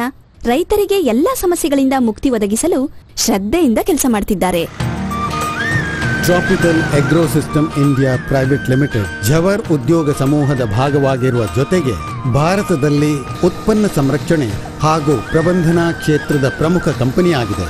ಇದರ ಸ್ಥಾಪನೆಯನ್ನು 1978ರಲ್ಲಿ ಚೆನ್ನೈಯ ಅಂಬಾತೂರಿನಲ್ಲಿ ಮಾಡಲಾಗಿತ್ತು. ಭಾರತದಾದ್ಯಂತ ಶ್ರೇಷ್ಠ ತಂತ್ರಜ್ಞಾನ ಆಧಾರಿತ ಟ್ರಾಪಿಕಲ್ ಅಗ್ರೋದ 3 ಕಾರ್ಖಾನೆಗಳಿವೆ. ಟ್ರಾಪಿಕಲ್ ಅಗ್ರೋ ಅತ್ಯಾಧುನಿಕ ತಂತ್ರಜ್ಞಾನ ಬಳಸುತ್ತಾ ಬೆಂಗಳೂರು ಮತ್ತು ಕೊಯಂಬತ್ತೂರಿನಲ್ಲಿ ಜೈವಿಕ ಉತ್ಪನ್ನಗಳ ನಿರ್ಮಾಣದ ಕಾರ್ಖಾನೆಗಳು ಮತ್ತು ಸಂಶೋಧನಾ ಕೇಂದ್ರಗಳನ್ನು ಸ್ಥಾಪಿಸಿದೆ. ಕಂಪನಿಯ 600ಕ್ಕೂ ಹೆಚ್ಚಿನ ನೌಕರರಲ್ಲಿ 200ಕ್ಕೂ ಅಧಿಕ ಕೃಷಿ ತಜ್ಞರಿದ್ದಾರೆ. ಇವರೆಲ್ಲ ಸಂಪೂರ್ಣ ನಿಷ್ಠೆ ಹಾಗೂ ಸಮರ್ಪಣಾ ಭಾವದಿಂದ ರೈತರ ಸೇವೆಯಲ್ಲಿ ತೊಡಗಿದ್ದಾರೆ. ದೇಶದ 22 ರಾಜ್ಯಗಳಲ್ಲಿ ಕಂಪನಿಯ ಉತ್ಪನ್ನಗಳ ಮಾರಾಟ ಮತ್ತು ಹಂಚಿಕೆಯ ವ್ಯವಸ್ಥೆಯ ನಿರ್ವಹಣೆಗಾಗಿ 6,000ಕ್ಕೂ ಅಧಿಕ ವಿಶ್ವಸನೀಯ ವ್ಯಾವಸಾಯಿಕ ಪಾಲುದಾರರಾಗಿದ್ದಾರೆ. ಈ ಉತ್ತಮ ಹಂಚಿಕೆಯ ವ್ಯವಸ್ಥೆಯ ಲಾಭವನ್ನು ಇದುವರೆಗೆ ದೇಶದ 10 ಲಕ್ಷಕ್ಕೂ ಹೆಚ್ಚಿನ ರೈತರು ಪಡೆದುಕೊಂಡಿದ್ದಾರೆ. ಕಂಪನಿಯ ಬಳಿ ಕೇಂದ್ರೀಯ ಕೀಟನಾಶಕ ಬೋರ್ಡ್ ಮತ್ತು ನೋಂದಾವಣಿ ಸಮಿತಿಯ ಮಾನ್ಯತೆ ಪಡೆದ 200ಕ್ಕೂ ಅಧಿಕ ಉತ್ಪನ್ನಗಳಿವೆ. ಟ್ರಾಪಿಕಲ್ ಅಗ್ರೋ ನ್ಯಾನೋ ಟೆಕ್ನಾಲಜಿ ಆಧಾರಿತ ಜೈವಿಕ ಕೀಟನಾಶಕ, ಜೈವಿಕ ಅಣಬೆನಾಶಕ, ಜೈವಿಕ ರಸಗೊಬ್ಬರಗಳ ಅತ್ಯಂತ ವ್ಯಾಪಕ ಶ್ರೇಣಿಯನ್ನು ಭಾರತದಲ್ಲಿ ಲಭ್ಯಗೊಳಿಸುತ್ತಿರುವ ಏಕೈಕ ಕಂಪನಿಯಾಗಿದೆ. ಟ್ರಾಪಿಕಲ್ ಅಗ್ರೋ ಕಂಪನಿಯನ್ನು ಯಶಸ್ಸಿನ ಶಿಖರಕ್ಕೆ ಕೊಂಡೊಯ್ದ ಶ್ರೀ ವಿ.ಕೆ. ಝವರ್ ಬಾಲ್ಯದಿಂದಲೇ ನಿಸರ್ಗ ಪ್ರೇಮಿಯಾಗಿದ್ದವರು. ಅವರೇ ಸ್ವತಃ ಹೇಳುವಂತೆ ಅಭ್ಯಾಸದಲ್ಲಿ ಯಾವತ್ತೂ ಅವರಿಗೆ ಮನಸ್ಸೇ ತಾಗಲಿಲ್ಲ. ಪ್ರಾರಂಭದಿಂದಲೇ ಸ್ವಂತ ಉದ್ಯಮ ಮಾಡಲು ಬಯಸಿದ್ದರು. 1978 ಅವರ ಬದುಕಲ್ಲಿ ಅತ್ಯಂತ ನಿರ್ಣಾಯಕವಾಗಿತ್ತು. ಅದೇ ವರ್ಷ ಅವರು ಮದುವೆಯಾಗಿದ್ದಷ್ಟೇ ಅಲ್ಲ, ಜೊತೆಗೆ ಈ ಕಂಪನಿ ಅಂದರೆ ಟ್ರಾಪಿಕಲ್ ಎಗ್ರೋದ ನಾಯಕತ್ವ ವಹಿಸಲು ನಿರ್ಧರಿಸಿದರು. ತಮ್ಮೊಳಗೆ ಬಂದ ಎಲ್ಲಾ ಸಕಾರಾತ್ಮಕ ಪರಿವರ್ತನೆಗಳ ಶ್ರೇಯಸ್ಸನ್ನು ಶ್ರೀ ಝವರ್ ಧ್ಯಾನ ಮತ್ತು ಆಧ್ಯಾತ್ಮಕ್ಕೆ ನೀಡುತ್ತಾರೆ. ಪ್ರತಿಯೊಬ್ಬರೂ ಪ್ರತಿದಿನ ಧ್ಯಾನಸ್ಥರಾಗಬೇಕು ಎಂಬುದು ಶ್ರೀಯುತರ ಅಂಬೋಣ. ಇದರಿಂದ ಆತ್ಮವಿಶ್ವಾಸವು ಹೆಚ್ಚುವುದಷ್ಟೇ ಅಲ್ಲ, ಜೊತೆಗೆ ವ್ಯಕ್ತಿಯು ಕಡಿಮೆ ಸಮಯದಲ್ಲಿ ಅತಿ ಹೆಚ್ಚು ಕೆಲಸ ಮಾಡಬಲ್ಲ. ಧ್ಯಾನವು ವ್ಯಕ್ತಿಯ ಒಳಗಿಂದ ಅಹಂಭಾವನೆಯನ್ನು ತೊಲಗಿಸಿ ಸಹಕಾರದ ಒಟ್ಟಾಗಿ ಕೆಲಸ ಮಾಡುವ ಭಾವನೆಯನ್ನು ಹುಟ್ಟಿಸುತ್ತದೆ. ಧ್ಯಾನ ನಮ್ಮನ್ನು ನಿಸರ್ಗಕ್ಕೆ ಇನ್ನೂ ಹತ್ತಿರ ಕೊಂಡೊಯ್ಯುತ್ತದೆ. ಇದು ಇಂದಿನ ತೀವ್ರ ವೇಗದ ಕಾಲದಲ್ಲಿ ಅತ್ಯಂತ ಕಷ್ಟಕರ ಸಾಧನೆಯಾಗಿದೆ. ಶ್ರೀ ಝವರ್ ಹೊಸ ಪೀಳಿಗೆಯು ನೈಸರ್ಗಿಕ ಸಂಪನ್ಮೂಲಗಳಾದ ಭೂಮಿ, ಜಲ ಮತ್ತು ವಾಯುವನ್ನು ಪ್ರದೂಷಣೆಯಿಂದ ಕಾಪಾಡಬೇಕೆಂದು ಆಶಿಸುತ್ತಾರೆ. ಇದೇ ಉದ್ದೇಶವನ್ನು ಗಮನದಲ್ಲಿ ಇರಿಸುತ್ತಾ ಅವರ ಕಂಪನಿ ಎಂಥ ಜೈವಿಕ ಉತ್ಪನ್ನಗಳನ್ನು ತಯಾರಿಸುತ್ತದೆ ಎಂದರೆ ಅವುಗಳಿಂದ ಈ ನೈಸರ್ಗಿಕ ಸಂಪನ್ಮೂಲಗಳ ಸಂರಕ್ಷಣೆಯಾಗುವುದಷ್ಟೇ ಅಲ್ಲ, ಜನರ ಆರೋಗ್ಯದಲ್ಲೂ ಸುಧಾರಣೆಯಾಗುತ್ತದೆ. ಬಲ್ಲವರು ಹೇಳುತ್ತಾರೆ, ಕಳೆದು ಹೋದ ಸಂಪತ್ತನ್ನು ಪುನಃ ಗಳಿಸಬಹುದು, ಆದರೆ ಕಳೆದು ಹೋದ ಆರೋಗ್ಯವನ್ನು ಮತ್ತೆ ಪಡೆಯುವುದು ತುಂಬಾ ಕಷ್ಟಕರ.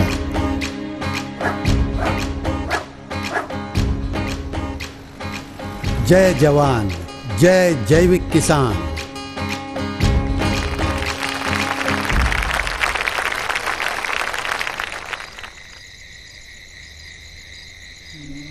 ಹನ್ನೆರಡು ಆಗ್ತಾ ಬಂದಿದೆ. ಯಾವಾಗ ಮಲಗೋದು, ಯಾವಾಗ ಹೇಳೋದು? ಬೆಳಿಗ್ಗೆ ಮಂಜು ಬೀಳದಿದ್ರೆ ಒಳ್ಳೇದು, ಇಲ್ಲಾಂದ್ರೆ ಮತ್ತದೆ ನೇರ 8:30 ಹೊರಟು ಸ್ಪ್ರೇ ಮಾಡಬೇಕಾಗತ್ತೆ. ಅರೆ ವಸು, ಹಾಗೆ ಕಲ್ಲಿನ ಥರ ನಿಂತ್ಕೊಂಡಿದ್ಯಾ? ಅರೆ ಪುಟ್ಟನಿಗೆ ಚಾದರ್ ಹೊದಿಸಿ ನೀನು ಹೋಗಿ ಮಲ್ಕೋ, ಬೆಳಿಗ್ಗೆ ಬೇಗ ಹೇಳೋಕಿದೆಯಲ್ಲ. 20 ಟ್ಯಾಂಕ್ ಸ್ಪ್ರೇ ಹೊಡಿಬೇಕು. ಲೋಡ್ ಶೆಡ್ಡಿಂಗ್ ಆದರೆ ನೀನು ನೀರು ತಗೊಂಡು ಬರಬೇಕು. ಹೋಗಿ ಮಲ್ಕೋ.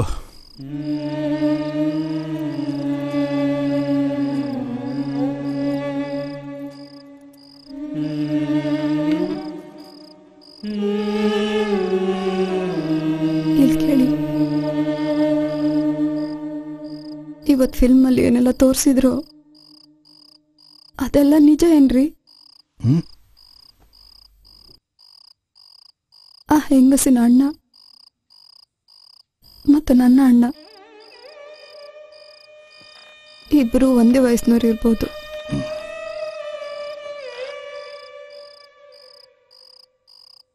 ನಮ್ಮ ದಿನೇಶನಿಗೂ ಬೀಡಿ, ಸಿಗರೇಟ್, ಸಾರಾಯಿ ಇದ್ಯಾವುದರ ಚಟವೂ ಇರಲಿಲ್ಲ. ಅವನಿಗೆ ಕ್ಯಾನ್ಸರ್ ಯಾಕಾಯ್ತು?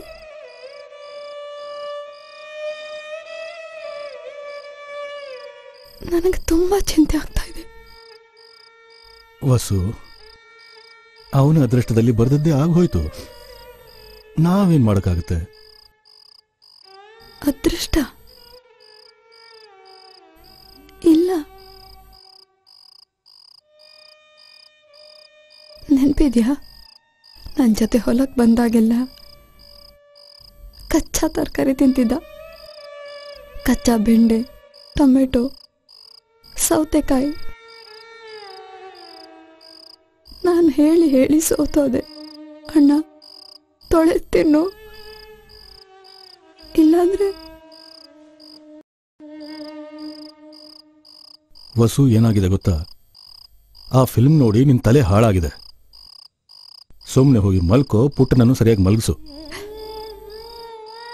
ನಮ್ಮ ಪುಟ್ಟ ಕೂಡ ಕಚ್ಚಾ ತರಕಾರಿ ತಿಂತಾನೆ. ನನ್ನ ಮನಸ್ಸಲ್ಲಿ ಎಂತೆಂಥ ಯೋಚನೆಗಳು ಬರ್ತಿವೆ. ಏನೂ ಆಗಿಲ್ಲ, ಹೀಗೆಲ್ಲ ಯೋಚನೆ ಮಾಡ್ಬೇಡ. ಹೋಗಿ ಮಲ್ಗು, ಬೆಳಿಗ್ಗೆ ಬೇಗ ಹೇಳ್ಬೇಕು. ನಾನು ದಣಿದಿದ್ದೇನೆ, ಹೋಗಿ ಮಲ್ಕೋ. ಆದ್ರೆ ನೋಡು, ಅದೃಷ್ಟದಲ್ಲಿ ಏನು ಬರ್ದಿರುತ್ತೋ ಅದನ್ನು ತಪ್ಪಿಸೋಕಾಗಲ್ಲ, ತಿಳಿತಾ? ಹೋಗು, ಮಲ್ಗು, ಹೋಗು.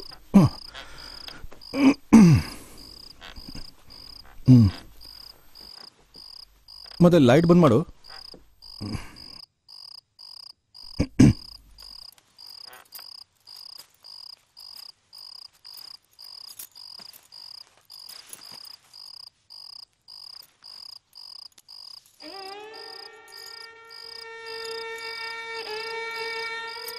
ಅರೆ ವಸು, ಲೈಟ್ ಆಫ್ ಮಾಡು.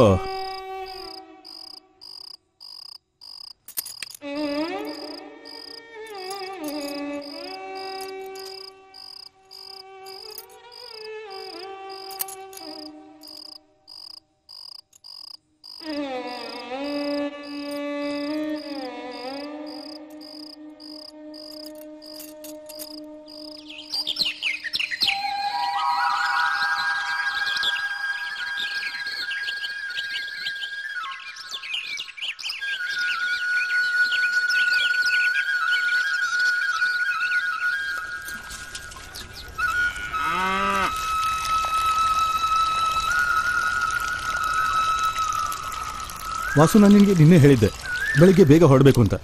ನಿನ್ನೆ ಈ ವಟ ಇನ್ನೂ ಮುಗಿತಾ ಇಲ್ಲ. 20 ಟ್ಯಾಂಕ್ ಸ್ಪ್ರೇ ಹೊಡೆಯೋಕಿದೆ, ಮಧ್ಯಾಹ್ನ ಆಗುತ್ತೆ, ಬೇಗ ನಡಿ. ಇಲ್ಲಿ ಕೇಳಿ, ನಾನು ಕೇಳ್ತೀನಿ, ಈ ಸ್ಪ್ರೇ ಹೊಡೆಯೋದು ಅಗತ್ಯವಾ? ಎಷ್ಟು ಹೊಳ ಹತ್ತಿವೆ ತರಕಾರಿಗೆ ವಸು, ಅದಕ್ಕೆ ಸ್ಪ್ರೇ ಮಾಡದಿದ್ರೆ ಎಲ್ಲ ಹಾಳಾಗ್ಬಿಡುತ್ತೆ. ಸರಿ ಸರಿ, ಆದರೆ ನಾವು ನಮ್ಮ ಹೊಲದಲ್ಲಿ ಗೊಬ್ಬರವಂತೂ ಹಾಕ್ತೀವಲ್ಲ, ಮತ್ತೆ ರಾಸಾಯನಿಕ ಗೊಬ್ಬರ ಹಾಕೋ ಅಗತ್ಯ ಏನಿದೆ? ಏನ್ ಹೇಳ್ತಾ ಇದೀಯ ನೀನು? ಒಂದ್ ವೇಳೆ ಗೊಬ್ಬರವೇ ಸಾಕಾಗ್ತಿದ್ರೆ ನಾನು ಆ ರಾಸಾಯನಿಕ ಗೊಬ್ಬರ ಯಾಕೆ ಬಳಸ್ತಾ ಇದ್ದೆ? ಅರೆ, 4 ಬುಟ್ಟಿ ಗೊಬ್ಬರ ಒಂದ್ ಕಡೆ, ಮತ್ತೆ 1 ಮುಷ್ಟಿ ರಾಸಾಯನಿಕ ಗೊಬ್ಬರ ಒಂದ್ ಕಡೆ, ತಿಳಿತಾ ಇದೆಯಾ? ಇಲ್ಲಿ ಕೇಳಿ, ನಮ್ಮ ಹತ್ರ ಎತ್ತು ಕೂಡ ಇದೆ. ನಾವು ಟ್ರ್ಯಾಕ್ಟರ್ನಿಂದ ಉಳುಮೆ ಯಾಕೆ ಮಾಡ್ತೀವಿ? ಅರೆ, ನಾನು 1 ಗಂಟೆಯಿಂದ ನಡಿ ನಡಿ ಅಂತಾನೆ ಇದ್ದೀನಿ, ಮತ್ತೆ ನೀನಿಲ್ಲಿ ನಾನು ಇಂಟರ್ವ್ಯೂ ತಗೊಳ್ತಿದ್ಯಾ? ಅದ್ಯಾಕೆ ಮಾಡ್ತೀರಿ, ಇದ್ಯಾಕೆ ಮಾಡ್ತೀರಿ? ಹೆಚ್ಚು ತಲೆ ಓಡಿಸೋ ಅಗತ್ಯ ಇಲ್ಲ, ತಿಳಿತಾ? ಎಷ್ಟು ಹೇಳ್ತಾ ಇದ್ನೋ ಅಷ್ಟು ಮಾಡು, ಸಾಕು. ತಲೆ ತಿನ್ಬೇಡ, ಬೇಗ ನಡಿ ಈಗ. ನಮ್ಮನೇಲಿ ನನಗೆ ರೋಗಗಳು ಬೇಕಿಲ್ಲ. ನಾನು ಬರೋದಿಲ್ಲ ನಿಮ್ಮ ಜೊತೆ. ನಿಮ್ಗೇನು ಮಾಡೋಕ್ಕಿದೆಯೋ ಅದನ್ನೇ ಮಾಡಿ. ನಾನು ನನ್ನ ಮಗನಿಗೆ ಔಷಧಿ ಹಚ್ಚಿದ ತರಕಾರಿ ತಿನ್ಸೋದಿಲ್ಲ. ಹಾಳಾದ ಫಿಲ್ಮ್ ನೋಡಿ ಬಂದು ಈಗ ಡಾಕ್ಟರ್ ಆಗಿಬಿಟ್ಯಾ? ನನ್ನ ಜೊತೆ ವಾದ ಮಾಡ್ತಿದ್ಯಾ? ನಮಸ್ತೆ ವಿಶ್ವನಾಥ್ರೆ. ಸರಿಯಾದ ಟೈಮ್ಗೆ ಬಂದಿದೀಯಾ. ನನ್ಗೇಳು, ಏನ್ ಬೇಕಪ್ಪ ನಿನ್ಗೆ? ಆ ಪಿಕ್ಚರ್ ತೋರಿಸಿ ನಮ್ಮ ಮನೇಲಿ ಜಗಳ ಹಚ್ಚಿಸೋಕಿದೆಯಾ? ನೀನ್ ಕಲಿಸ್ತೀಯ ನನಗೆ ಬೇಸಾಯ? 10 ವರ್ಷದ ಹುಡುಗನಾಗಿದ್ದೆ ನಾನು, ಆಗ್ಲಿಂದ ಕೈಯಾರೆ ಕೆಲಸ ಮಾಡ್ತಿದ್ದೀನಿ ನಮ್ಮ ಹೊಲದಲ್ಲಿ. ಇವತ್ತು ಬಂದಿದ್ಯಾ ನಮಗೆ ಬೇಸಾಯ ಕಲಿಸೋದಕ್ಕೆ? ಎಷ್ಟು ಔಷಧಿಗಳ ಹೆಸರು ನಿನ್ಗೆ ನೆನಪಿಲ್ವಲ್ಲ? ಅದಕ್ಕಿಂತ ಎಷ್ಟೋ ಹೆಚ್ಚು ಔಷಧಿಗಳನ್ನ ಹೊಲದಲ್ಲಿ ಬಳಸಿದ್ದೀನಿ ನಾನು. ಎಚ್ಚರಿಕೆ ಇನ್ಮೇಲೆ ನಮ್ಮನೆಗೆ ಬಂದು ಪಿಕ್ಚರ್ ಮೀಟಿಂಗ್ ಅಂತ ಶುರು ಹಚ್ಕೊಂಡ್ರೆ. ಆನಂದಣ್ಣ, ನೀವು ಇವರ ಮಾತು ಕೇಳಬೇಡಿ. ನಾನು ಹೇಳ್ತೀನಿ. ಒಳ್ಳೇದಾಯ್ತು ನೀವು ನಮಗೆ ಆ ಸಿನಿಮಾ ತೋರಿಸಿದ್ದು. ನನ್ನ ಮನಸ್ಸಲ್ಲಿ ಹಲವು ಪ್ರಶ್ನೆಗಳಿವೆ ಆನಂದಣ್ಣ. ಅರೆ ವಸುಂಧರಾ, ಈಗ ನನ್ನ ತಾಳ್ಮೆ ಪರೀಕ್ಷೆ ಮಾಡ್ತಾ ಇದೆಯಾ? ಈಗ ನನ್ನ ತಲೆ ಹಾಳು ಮಾಡಬೇಡ ನೀನು. ನನ್ನ ತಾಳ್ಮೆ ಪರೀಕ್ಷೆ ಮಾಡಬೇಡ, ನೀನು ತಿಳಿತಾ? ಆದ್ರೆ ಅರೇ ವಿಶ್ವನಾಥ, ಆಕೆ ಏನು ಹೇಳ್ತಿದ್ದಾಳೆ ಅರ್ಥ ಮಾಡ್ಕೋ. ಅರೆ ಏನು ಹೇಳ್ತಿಲ್ಲಪ್ಪಯ್ಯ, ಆ ಫಿಲ್ಮ್ ನೋಡಿದಾಗಿನಿಂದ ತಲೆ ಹಾಳಾಗಿದೆ ಇವಳದ್ದು. ಒಂದೇ ವಿಷಯ ಹೇಳ್ತಾ ಇದ್ದಾರೆ, ಅದ್ಯಾಕೆ ಮಾಡಲ್ಲ, ಇದ್ಯಾಕೆ ಮಾಡಲ್ಲ. ಅರೆ ನಾನು ಮಾಡೋದಿಲ್ಲ, ನನ್ನ ಮರ್ಜಿಯಪ್ಪ. ಮತ್ ನಿಂದೇನಪ್ಪ? ನಿನಗಂತೂ ಸುತ್ತೋದಕ್ಕೆ AC ಕಾರ್ ಬೇಕು, ಉಳ್ಕೊಳ್ಳೋಕೆ ಬಂಗ್ಲೆ ಬೇಕು, ನಿನ್ನ ಮಕ್ಕಳು ಇಂಗ್ಲಿಷ್ ಶಾಲೆಯಲ್ಲಿ ಕಲಿಬೇಕು. ನಮ್ಮಂತ ರೈತರ ಮಕ್ಕಳು ಕಲಿಬಾರ್ದಾ? ನೀವ್ ಹೇಳೋ ಸ್ಪ್ರೇ ನಾವು ನಮ್ಮ ಮಕ್ಕಳ ಕೈ ಕೊಡಲ್ಲ, ಹೋಗೋ. ಅರೆ ನಾನು ಅದನ್ನೇ ಹೇಳ್ತಿದ್ದೀನಿ. ಇವನು ಈ ಸ್ಪ್ರೇ ಹೊಡೆಯೋ ಅಗತ್ಯನೇ ಬರಬಾರ್ದು. ಹೀಗಾಗಿ ಜೈವಿಕ ಕೃಷಿ ಮಾಡಿ. ಮತ್ತೆ ಸಾರಿ, ಒಂದ್ ವಿಷಯ ಹೇಳಪ್ಪ. ನನ್ನ ಹೊಲದಲ್ಲಿ ಹೋದ ವರ್ಷ 1 ಎಕರೆಯಲ್ಲಿ 25 ಕ್ವಿಂಟಲ್ ಗೋಧಿ ಬಂದಿತ್ತು. ನಿನ್ನ ಜೈವಿಕ ಕೊಡುತ್ತಾ 25 ಕ್ವಿಂಟಲ್ ಗೋಧಿ? ಕೊಡುತ್ತೆ. ಆದ್ರೆ ನೀವು ನಿಮ್ಮ ಹೊಲದ ಕಾಳಜಿ ವಹಿಸಬೇಕು, ಸ್ವಲ್ಪ ತಾಳ್ಮೆನೂ ಇರಬೇಕು. ಈ ಮಣ್ಣು ಬಳಸಿ ಎಸೆಯೋದಕ್ಕೆ ಯಾವುದೇ ಔಷಧಿ ಬಾಟ್ಲಿ ಅಲ್ಲ. ಅರೆ ಮಣ್ಣು ಶತಮಾನದಿಂದ ಸಹಾಯ ಮಾಡಿದೆ. ನಾವು ನಮ್ಮ ಮಕ್ಕಳಿಗೆ ಏನ್ ಕೊಟ್ಟು ಹೋಗ್ತೀವಿ? ಈ ಬಂಜರಾದ ಜಮೀನು, ಈ ಬರಡಾದಂತ ನೆಲ. ನೀವೇ ಹೇಳಿ. ನೀನ್ ಹೇಳ್ತಿರೋದು ನಿಜ, ಆದ್ರೆ ಈ ಜೈವಿಕ ಅಂದ್ರೆ ಏನು? ನಾನ್ ನಿಮ್ಗೆ ಹೇಳ್ತೀನಿ. ನೀವು ಅಪ್ಪ ಹಿಂಗೆ ತಿಳಿಸಿ, ನಾನು ಚಹಾ ತಗೊಂಡ್ ಬರ್ತೀನಿ. ಬಾಯಿ ಮುಚ್ಚಿ ಚಹಾ ಕೊಡಿ, ಮತ್ತಿಲ್ಲಿಂದ ಹೊರಡು. ಇಲ್ಲಿ ಕೂತ್ಕೊಂಡು ಇವ್ರ ತಲೆ ಹಾಳು ಮಾಡಿದ್ರೆ ಎಚ್ಚರಿಕೆ. ಏನು ಅಂತ ಮಾತಾಡ್ತಿದ್ದೀರಾ? ಅತಿಥಿಗಳ ಜೊತೆ ಹೀಗೆ ಮಾತಾಡ್ತಾರ? ಅವ್ರು ನಮ್ಮ ಒಳ್ಳೇದಕ್ಕೆ ಹೇಳ್ತಿರೋದಲ್ವಾ? ನೀನ್ ನನ್ಗೆ ಹೇಳ್ತೀಯ, ಅವ ಏನ್ ಹೇಳ್ತಾನೆ, ಯಾಕೆ ಹೇಳ್ತಾನಂತ? ನಿನ್ ಬುದ್ಧಿ ನಿನ್ ಹತ್ರನೇ ಇಟ್ಕೋ, ಇಲ್ಲಾಂದ್ರೆ ಗೊತ್ತಲ್ಲ ಮತ್ತೆ. ಬೆಳಿಗ್ಗೆಯಿಂದ ತಲೆ ಹಾಳು ಮಾಡಿಟ್ಟಿದ್ದಾಳೆ. ಮದುವೆ ಮಾಡಿ ಮನೆಗೆ ತಂದಾಗ ಹಸು ಯಾವುದು ಎತ್ತು ಯಾವುದು ಗೊತ್ತಿರಲಿಲ್ಲ. ನಾನೇ ಕಲ್ಸಿದ್ ನಿನಗೆ. ಇವತ್ ನೀನು ನನಗೆ ಬೇಸಾಯ ಕಲಿಸೋದಕ್ಕೆ ಹೊಟ್ಟಿದ್ಯಾ? ಯೋಗ್ಯತೆ ಇಲ್ಲ ನಿಮ್ಗೆ. ನನ್ನ ಕೆಲಸದ ಮಧ್ಯೆ ಬರಬೇಡ ನೀನು. ನನ್ನ ಮಗ ಔಷಧಿ ಇರೋ ತರಕಾರಿ ತಿನ್ನಲ್ಲ, ಮತ್ತೆ ಮಣ್ಣು ತಿಂತಾನ? ತಲೆ ಹಾಳಾಗಿದೆ.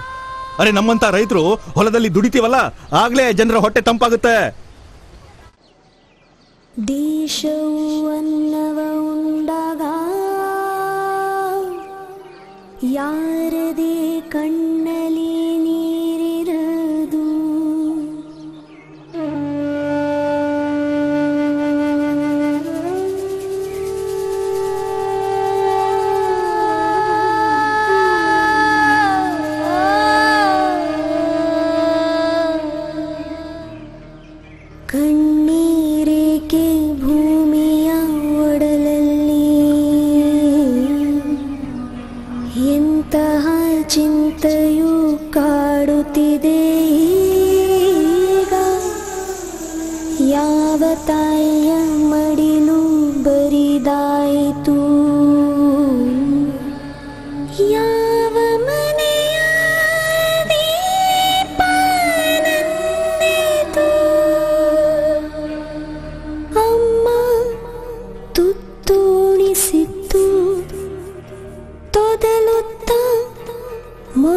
ಶಬ್ದ ಕಲಿತದ್ದು ಆ ಪ್ರೀತಿಗೆ ವಿಷವ ಬೆರೆಸಿದವರಾರೋ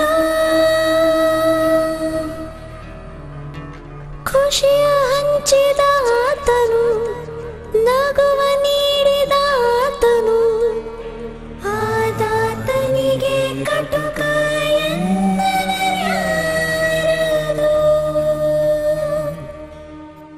ನೀ ವಿಷವನ್ನೇ ಬಿತ್ತಿದರೆ ಭೂಮಿಯು ಸಾವಲು ಬೆಳೆಯುವುದು. ನೀ ವಿಷವನ್ನೇ ಬಿತ್ತಿದರೆ ಭೂಮಿಯು ಸಾವಲು ಬೆಳೆಯುವುದು. ನಡೆ ಮುಂದೆ ನೀ ಧೈರ್ಯದಲ್ಲಿ, ನಡೆ ಮುಂದೆ ನೀ ಧೈರ್ಯದಲ್ಲಿ, ಹೊಸ ಬೆಳಕೊಂದು ಮೂಡುವುದು, ಹೊಲವು ತುಂಬಿ ತುಳುಕುವುದು.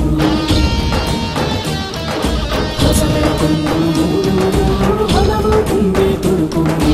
ಇನ್ನಿದುವೆ ಕೊನೆ ಕಣ್ಣೀರಿಲ್ಲ, ಆಶಯ ದಾಸ್ಯ ನಮಗಿಲ್ಲ, ಸುಳ್ಳಿನ ಹಂಗು ನಮಗಿಲ್ಲ, ಇನ್ಯಾವುದೇ ವ್ಯದ ನಮಗಿಲ್ಲ, ಫಸಲಿಗೆ ವಿಷದ ಭಯವಿಲ್ಲ, ಇನ್ನು ನೋವಿಲ್ಲ, ಸಂಕಟವಿಲ್ಲ, ದುಃಖವೇ ಇಲ್ಲ.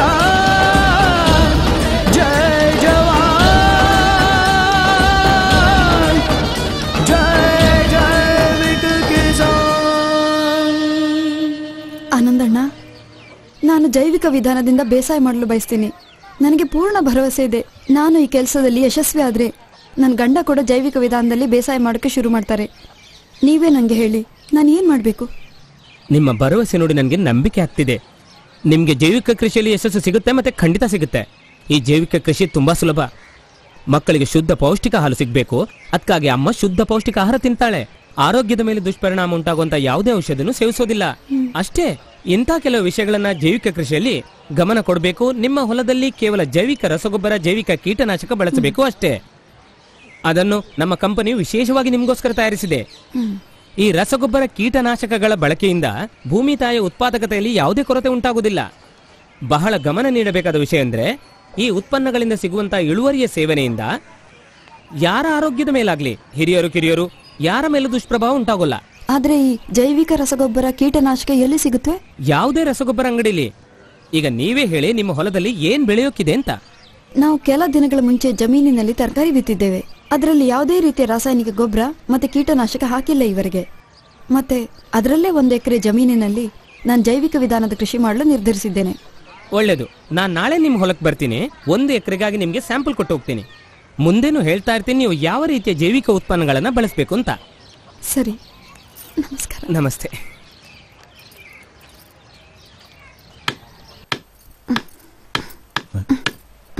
ಇದೇನಾಟ ಹಚ್ಚಿದೀಯಾ?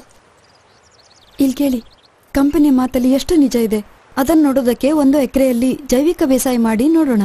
ಸುಡುಗಾಡು ಜೈವಿಕ ಬೇಸಾಯಕ್ಕೆ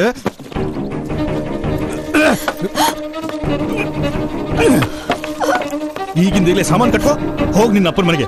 ನಿನ್ನಂತ ಹೆಂಗಸಿನ ಜೊತೆ ನಂಗೆ ಬಾಳೋದಕ್ಕಾಗಲ್ಲ. ನಿನ್ ಗೊತ್ತಿದೆ ಎಷ್ಟು ಖರ್ಚು ಮಾಡಿದೆ ನಾನಿಲ್ಲಿ? ನಾನಲ್ಲ, ನಾವು ಮಾಡಿದ್ದೀವಿ. 14 ವರ್ಷ ಆಯ್ತು ಮದುವೆ ಆಗಿ. ನಿಮ್ಮ ಮನೆಗೆ ಬಂದಾಗಿನಿಂದ ದಿನ ರಾತ್ರಿ, ಶೀತ ಬಿಸಿಲು ಮಳೆಗಾಲ ನಿಮ್ಮ ಜೊತೆ ನಾನು ದುಡಿದಿದ್ದೀನಿ ಹೊಲದಲ್ಲಿ. ಹಾಗಾದ್ರೆ ಹೋಗಿ ನಿನ್ನ ಅಪ್ಪನ ಹೊಲದಲ್ಲಿ ಜೀವ ಬಿಡು. ಏನ್ ತಲಹರಟೆ ಮಾಡ್ತಿದ್ದೀಯ ವಿಶ್ವನಾಥ? ಅವಳಿಗೆ ಅವಳ ಅಪ್ಪನ ಹೊಲದಲ್ಲಿ ದುಡಿಗ ಹೇಳ್ತಿದ್ಯಲ್ಲೋ. ನಾನಿನ್ನೂ ಬದುಕಿದ್ದೀನಿ. ಮತ್ತೆ ಮರಿಬೇಡ, ಈ ಜಮೀನು ನಾನೇ ಕೊಟ್ಟದ್ದು ನಿನ್ಗೆ. ವರ್ಷಗಳೇ ಆದ್ವು, ಆದ್ರೆ ಈ ಜಮೀನು ಯಾವತ್ತೂ ಚಿನ್ನ ಬೆಳೆದಿದೆ ಇಲ್ಲಿ. ಈ ಮಣ್ಣು ಯಾವತ್ತೂ ಮುನಿಸಿಕೊಂಡಿಲ್ಲ. ಆದ್ರೆ ಈಗ ನೋಡು ಈ ಸ್ಥಿತಿ. ಎಂಥ ದುರ್ದಶೆ ಬಂದಿದೆ ನೋಡು. ಜೈವಿಕ ಕೃಷಿ ಮುಂಬರುವ ಸಮಯದ ಇದುವೇ ಬೇಡಿಕೆ ನೋಡು ವಸುಂಧರಾ. ಇಲ್ದಿದ್ರೆ ಎಲ್ಲವೂ ಮುಗಿದು ಹೋಗುತ್ತೆ. ನೀನು ನಿನ್ನ 1 ಎಕರೆಯಲ್ಲಿ ಕಂಬ ಹಚ್ಕೋ. ಲೋ ವಿಶ್ವ, ಅಲ್ಲಿದೆ ನಿನ್ನ 1 ಎಕರೆ. ನೋಡೋಣ ನಿಮ್ಮಿಬ್ಬರಲ್ಲಿ ಯಾರು ಗೆಲ್ತಾರೆ ಅಂತ. ವಸುಂಧರಾ, ಕಂಬ ಹಚ್ಚು, ನೋಡೋಣ ಯಾರು ತಡೀತಾರೆ. ನಡೆ ಮುಂದೆ ನೀ ಧೈರ್ಯದಲ್ಲಿ, ನಡೆ ಮುಂದೆ ನೀ ಧೈರ್ಯದಲ್ಲಿ, ಹೊಸ ಬೆಳಕೊಂದು ಮೂಡುವುದು, ಹೊಲವು ತುಂಬಿ ತುಳುಕುವುದು. ಹೊಸ ಬೆಳಕೊಂದು ಮೂಡುವುದು, ಹೊಲವು ತುಂಬಿ ತುಳುಕುವುದು.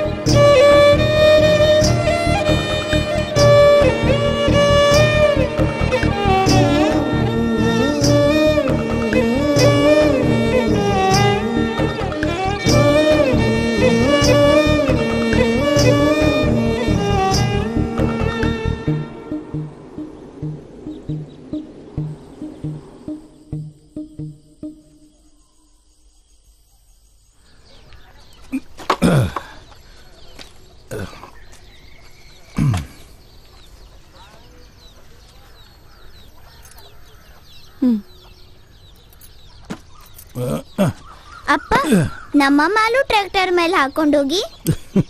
ಜೈವಿಕ ಮಾಲು ಟ್ರ್ಯಾಕ್ಟರ್ನಲ್ಲಿ. ಪುಟ್ಟ ನಿಮ್ಗೆ ಚಕಡಿ ಬೇಕು, ಚಕಡಿ ಅದ್ರಲ್ಲಿ ಹಾಕೊಂಡೋಗಿ. ಅರೆ ಅಪ್ಪ, ಚಕಡಿ ಮೇಲೆ ಹೋಗಿ.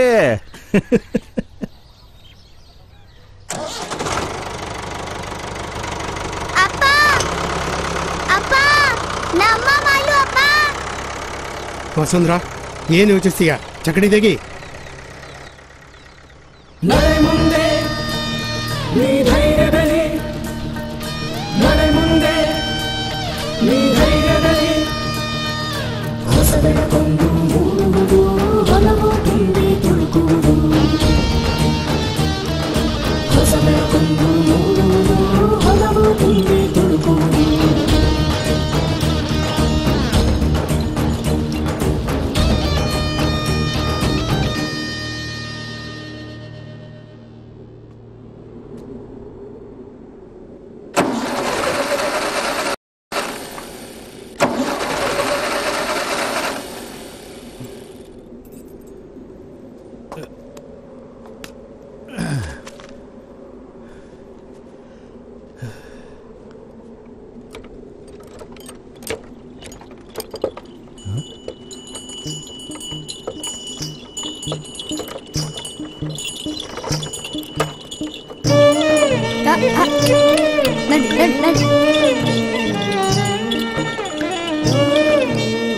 ವಸು, ಅರೆ ವಸು, ವಸು.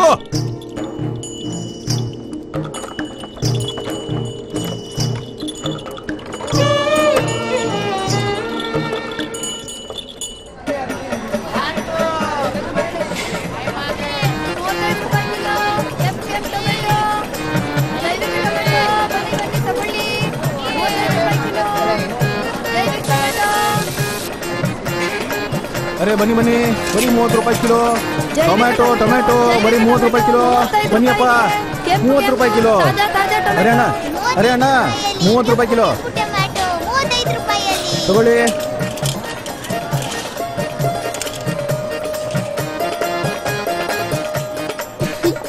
₹30 ಕಿಲೋ. 500 ರೂಪಾಯಿ ಚಿಲ್ಲರೆ ಇದೆಯಾ?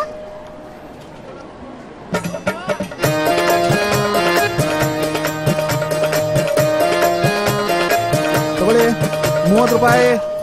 30 ರೂಪಾಯಿ ಕಿಲೋ. ಬರೀ 30 ರೂಪಾಯಿ ಕಿಲೋ. ಕೆಂಪು ಕೆಂಪು ಬನ್ನಿ, ಟೊಮ್ಯಾಟೊ ಬರೀ 30 ರೂಪಾಯಿ ಕಿಲೋ. ಜೈವಿಕ ಟೊಮ್ಯಾಟೊ, ಬಹಳ ಒಳ್ಳೆ ಟೊಮ್ಯಾಟೊ ಬರೀ 30 ರೂಪಾಯಿ. ಬನ್ನಿ ಅಕ್ಕ, 30 ರೂಪಾಯಿ ಕಿಲೋ. ಬರೀ 30 ರೂಪಾಯಿ. ಬನ್ನಿ ಅಕ್ಕ, 30 ರೂಪಾಯಿ ಕಿಲೋ. ಜೈವಿಕ ಟೊಮ್ಯಾಟೊ ಇವು 30 ರೂಪಾಯಿ ನೋಡಿ. 35 ರೂಪಾಯಿಗೆ ಬನ್ನಿ ಅಕ್ಕ, ಜೈವಿಕ ಟೊಮ್ಯಾಟೊ. ಬರೀ 30 ರೂಪಾಯಿ ಕಿಲೋ. ನಿಮ್ಮ ಹತ್ರ 30 ರೂಪಾಯಿ ಮತ್ತೆ ಅವ್ರ ಹತ್ರ 35. ಹಾಗ್ಯಾಕೆ?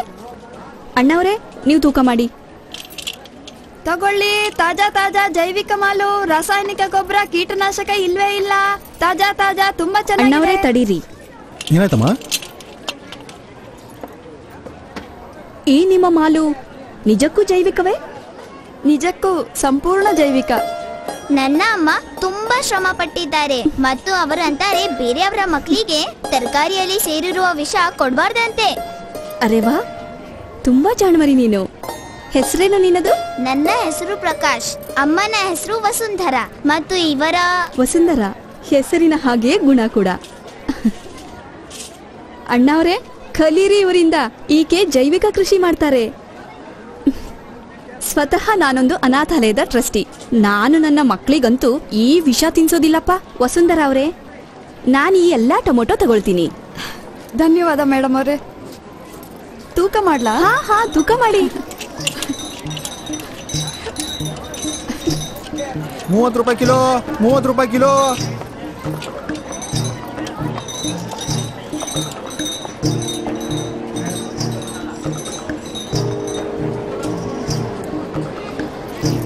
₹30 ರೂಪಾಯಿ. 30 ರೂಪಾಯಿ. 30 ರೂಪಾಯಿ. 30 ರೂಪಾಯಿ ಕಿಲೋ.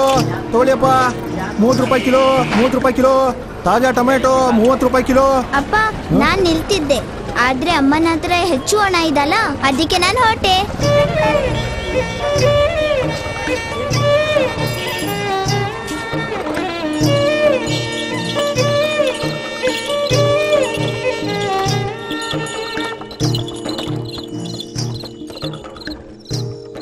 $1,500, 1,600, 1700, 1800, 1900. ಅರೆ ವಸು, ನಿಜಕ್ಕೂ ಅದ್ಭುತ ಕಣಪ್ಪ. ಮೊದಲ ಸಲದಲ್ಲೇ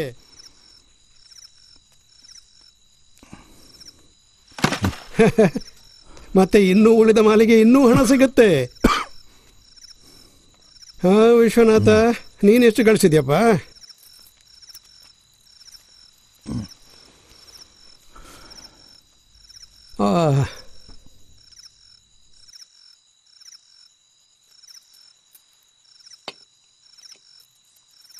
ತಾತಯ್ಯ, ಹಣ ಬಿಟ್ಟಾಕಿ. ಈ ಜೈವಿಕ ಪಲ್ಯ ನೀವು ತಿನ್ನೋಡಿ, ತುಂಬಾ ರುಚಿಯಾಗಿದೆ. ಪಲ್ಯನೂ ತುಂಬಾ ಚೆನ್ನಾಗಿದೆ ಕಣಮ್ಮ. ಮತ್ತೆ ಚೆನ್ನಾಗಿ ಬೆಳೆಸಿದ್ಯೋ ಕೂಡ. ಆದ್ರೆ ನಿನ್ಗೆ ಬೇಸಾಯ ಮಾಡಲು ಬರುದಿಲ್ವಲ್ಲ. ಎತ್ತು ಯಾವುದು ಹಸು ಯಾವುದು ಅಂತ ಗೊತ್ತಿರ್ಲಿಲ್ವಲ್ಲ. ಆದ್ರೆ ನಿನ್ಗಿದೆಲ್ಲ ಕಲಿಸಿದವನು ಸ್ವತಃ ಚೆನ್ನಾಗಿ ಬೇಸಾಯ ಮಾಡ್ತಿರ್ಬಹುದು.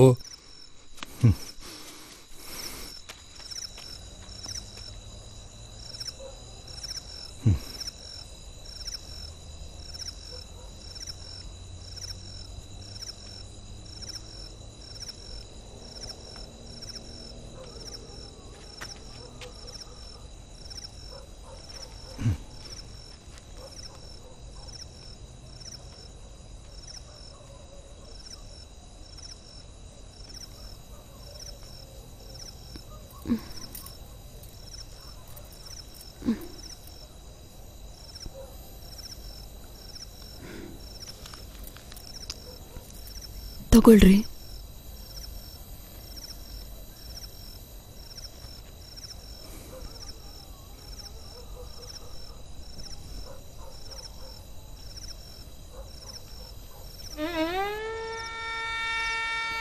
ಇಲ್ಲಿ ಕೇಳ್ರಿ, ನಿಮ್ ಜೊತೆ ಯಾವುದೇ ಸ್ಪರ್ಧೆ ಇಲ್ಲ ರೀ. ಅಲ್ಲದೆ ಬೇಸಾಯದ ಬಗ್ಗೆ ಏನೇ ಕಲ್ತಿದ್ರು ನಿಮ್ಮಿಂದಲೇ ಕಲ್ತಿದ್ದು.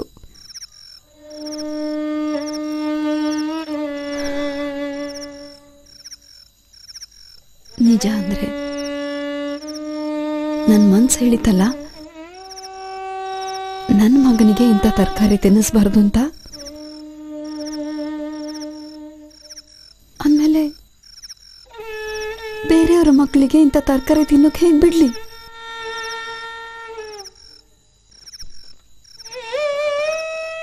ನನಗೆ ರಾತ್ರಿ ಇಡೀ ನಿದ್ರೆ ಬರೋದಿಲ್ಲ.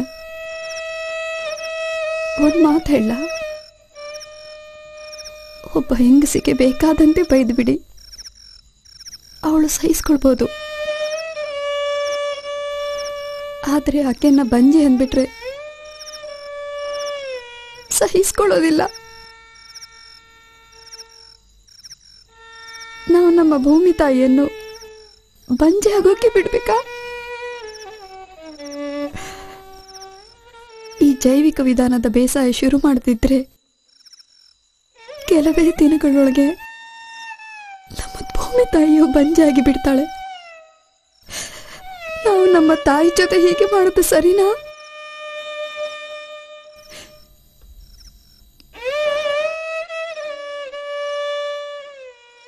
ನಾನು ಕ್ಷಮಿಸ್ಬಿಡು ಬಸು. ನನ್ನ ತಲೆನೇ ಹಾಳಾಗ್ಬಿಟ್ಟಿತ್ತು. ನಾನೇನು ತುಂಬಾ ಕೆಟ್ಟದಾಗಿ ಬೈದ್ಬಿಟ್ಟೆ. ನನ್ನ ಕ್ಷಮಿಸು. ಕ್ಷಮಿಸ್ಬಿಡು ನನ್ನನ್ನು. ನಾನೇನು ಸತ್ತು ಹೋಗ್ಲಿಲ್ವಲ್ಲ. ನಂಗೆ ಗೊತ್ತು, ನಾನಂದ್ರೆ ಜೀವ ನಿಮ್ಗೆ.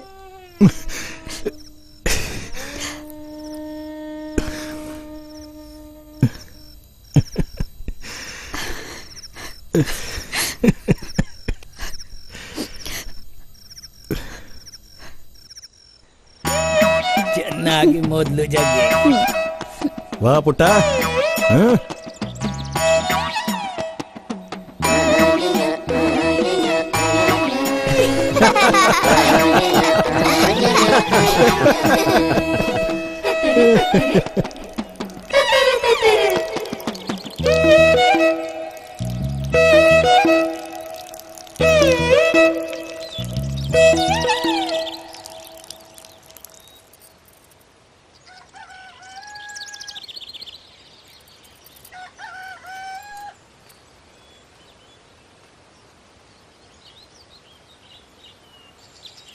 ಹೇಗ್ ಕಾಣ್ತಿದ್ದೀನಿ? ಹಾ, ಚೆನ್ನಾಗಿ ಕಾಣ್ತಿದ್ಯಾ? ಬೇಗ ನಡಿ. ಓ ಇಲ್ಲಿ ಬಾ, ಬೇಗ ಬಾ. ಏನು ಕಟ್ಟಕ್ಕಾಗಲ್ವಾ? ಬೇಗ ಬನ್ನಿ. ಬರ್ತಿದ್ದೀವಿ. ಬನ್ನಿ ಬನ್ನಿ, ಬೇಗ ಬನ್ನಿ. ಸರಿ ಸರಿ, ಬನ್ನಿ ಬರ್ರಿ, ಬೇಗ ಬರ್ರಿ. ಬನ್ನಿ ಹೋಗೋಣ. ಬನ್ನಿ ಬನ್ನಿ. ಬೇಗ ಬನ್ನಿ. ಏನ್ ಮಾಡ್ತಿದ್ಯಾ? ಈ ಕಡೆ ಈ ಕಡೆ. ಆಕ್ಷನ್. ನಮಸ್ಕಾರ. ನಮಸ್ಕಾರ. ನಾನು ಧನ್ಯವಾದ ಹೇಳೋಕೆ ಬಯಸ್ತಿದ್ದೀನಿ ನನ್ನ ಪತ್ನಿ ವಸುಂಧರಾಗೆ ಮತ್ತೆ ಟ್ರಾಪಿಕಲ್ ಆಗ್ರೋ ಕಂಪನಿಯ ಎಲ್ಲ ಜನರಿಗೆ. ಇವತ್ತು ಇವರೆಲ್ಲರ ಸಹಾಯದಿಂದಲೇ ಇದೆಲ್ಲ ಸಾಧ್ಯವಾಗಿದೆ. ನನ್ನ ಹೊಲ ಸಮೃದ್ಧವಾಗಿದೆ ಮತ್ತೆ ನಮ್ಮ ಮನೆಯಲ್ಲೂ ಖುಷಿ ನೆಲೆಸಿದೆ. ಇದೆಲ್ಲ ಶ್ರಮ ಇವರದ್ದೇ. ನಾನ್ ಬರೀ ಇವ್ರ ಜೊತೆಗಿದ್ದೆ. ಟ್ರಾಪಿಕಲ್ ಕಂಪನಿಯವರು ನಮ್ಗೆ ದಾರಿ ತೋರಿಸಿದ್ರು. ನಾವು ಅವರ ಮಾತು ತಿಳ್ಕೊಂಡು ಅದನ್ನ ಪಾಲಿಸಿದ್ವಿ. ಅದರಿಂದಾಗಿಯೇ ನಮ್ಮ ಹೊಲದ ಮಣ್ಣಷ್ಟೇ ಅಲ್ಲ, ಹೊಲ ಕೂಡ ಆರೋಗ್ಯವಾಗಿದೆ. ಅದರಿಂದ ಬರೋ ಇಳುವರಿ ಕೂಡ ಸ್ವಚ್ಛ ಮತ್ತು ಸ್ವಸ್ಥವಾಗಿದೆ. ಇದೆಲ್ಲ ಜೈವಿಕ ಕೃಷಿಯಿಂದಲೇ ಸಾಧ್ಯವಾಯಿತು. ಜೈವಿಕ ಬೇಸಾಯ ನಮಗೆ ಹೊಸ ಜೀವನ ಕೊಡ್ತು. ನನ್ನನ್ನು ಇವತ್ತು ಪುನಃ ನನ್ನ ಹೊಲದ ಮಣ್ಣಿನೊಂದಿಗೆ ಬೆಸೆಯಿತು. ಜಮೀನು ನಮ್ಮಂಥ ರೈತರ ತಾಯಿಯ ಹಾಗೆ, ಅದನ್ನು ಬಂಜರಾಗಲೂ ಬಿಡಲಿಲ್ಲ. ನನಗೆ ನನ್ನ ತಂದೆಯ ಮನಸ್ಸಲ್ಲಿ ಜಾಗ ಸಿಕ್ತು. ನನ್ನ ಮಗನ ಜೀವನಕ್ಕಾಗಿ, ಮುಂಬರುವ ಪೀಳಿಗೆಗಾಗಿ ಹೊಸತೊಂದು ದಿಕ್ಕು ತೋರಿಸ್ತು, ಹೊಸ ಆಸೆ ಮೂಡಿಸ್ತು. ಇದೆಲ್ಲ ಸಾಧ್ಯವಾಗಿದ್ದು ಇವರೆಲ್ಲರ ಕಾರಣದಿಂದಾಗಿ. ಗೆಳೆಯರೇ, ಟ್ರಾಪಿಕಲ್ ಆಗ್ರೋ ಕಂಪನಿ ಮೂಲಕ ಸೂಚಿಸಲಾದ ಜೈವಿಕ ಕೃಷಿಯಿಂದಾಗಿ ನಮ್ಮ ಬಾಳಂತೂ ಬೆಳಗಿದೆ. ನೀವು ನಿಮ್ಮ ಬಾಳು ಬೆಳಗುವುದನ್ನು ಬಯಸ್ತೀರಾದ್ರೆ ನೀವು ಟ್ರಾಪಿಕಲ್ ಆಗ್ರೋ ಕಂಪನಿಯ ಜೊತೆ ಯಾಕೆ ಜೈವಿಕ ಕೃಷಿ ಪ್ರಾರಂಭಿಸಬಾರದು?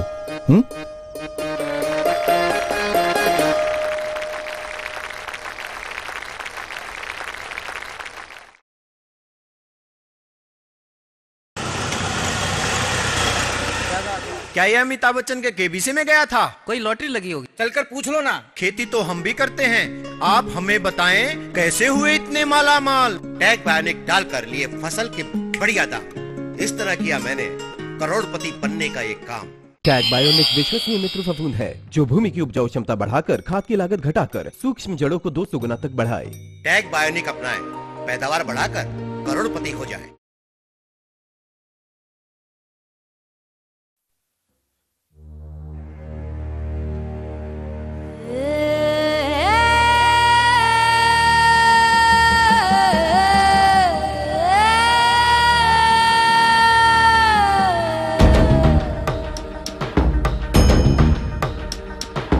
ನಮ್ಮ ಧೈರ್ಯ, ನಮ್ಮ ನಿಷ್ಠೆ,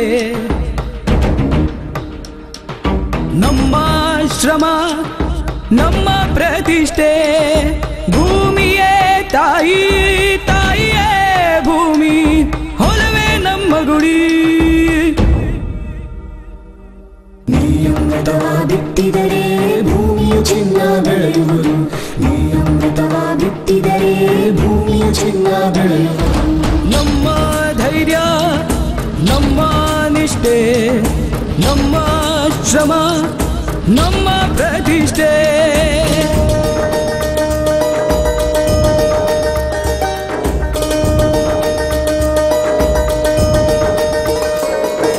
ಬೆವರಿನ ಧಾರೆ ಸುರಿಯಿತು,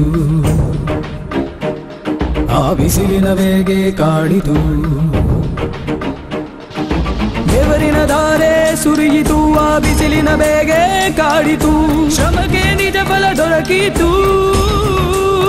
ಪ್ರತಿ ತಾಯಿಯೂ ರೊಟ್ಟಿಯ ಸುಡುವಾಗ ರೈತನ ಮನವು ತಣಿಯುವುದು. ಇಡೀ ದೇಶವು ಅನ್ನವ ಉಂಡಾಗ. ನೀಯಮೃತವ ಬಿತ್ತಿದರೆ ಭೂಮಿಯು ಚಿನ್ನ ಬೆಳೆಯುವುದು. ದೇಶವು ಅನ್ನವ ಉಂಡಾಗ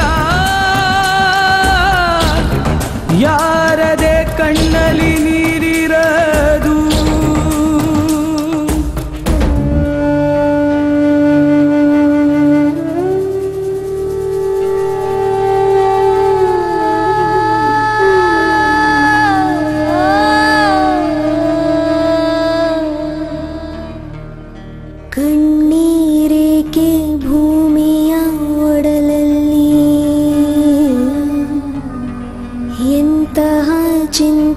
ಚಿಂತೆಯು ಕಾಡುತ್ತಿದೆ ಈಗ. ಯಾವ ತಾಯಿಯ ಮಡಿಲು ಬರಿದಾಯಿತು, ಯಾವ ಮನೆಯ ದೀಪ ನಂದಿತು. ಅಮ್ಮ ತುತ್ತೂಡಿಸಿತ್ತು ತೊದಲುತ್ತ ಮೊದಲ ಶಬ್ದ ಕಲಿತದ್ದು.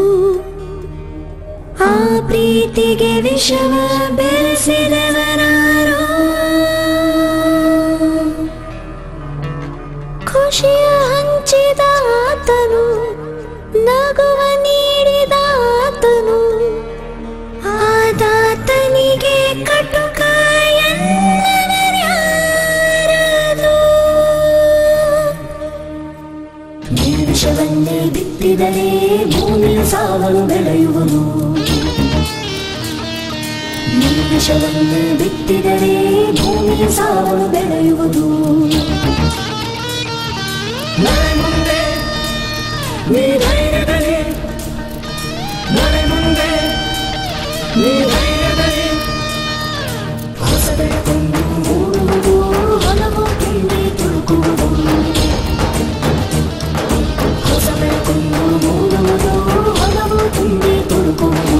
ಇನ್ನಿದುವೆ ಕೊನೆ ಕಣ್ಣೀರಿಲ್ಲ, ಆಶಯ ದಾಸ್ಯ ನಮಗಿಲ್ಲ, ಸುಳ್ಳಿನ ಹಂಗು ನಮಗಿಲ್ಲ, ಇನ್ಯಾವುದೇ ವ್ಯತ ನಮಗಿಲ್ಲ. ಹೊಸಲಿಗೆ ವಿಷದ ಭಯವಿಲ್ಲ, ಇನ್ನು ನೋವಿಲ್ಲ, ಸಂಕಟವಿಲ್ಲ, ದುಃಖವೇ ಇಲ್ಲ.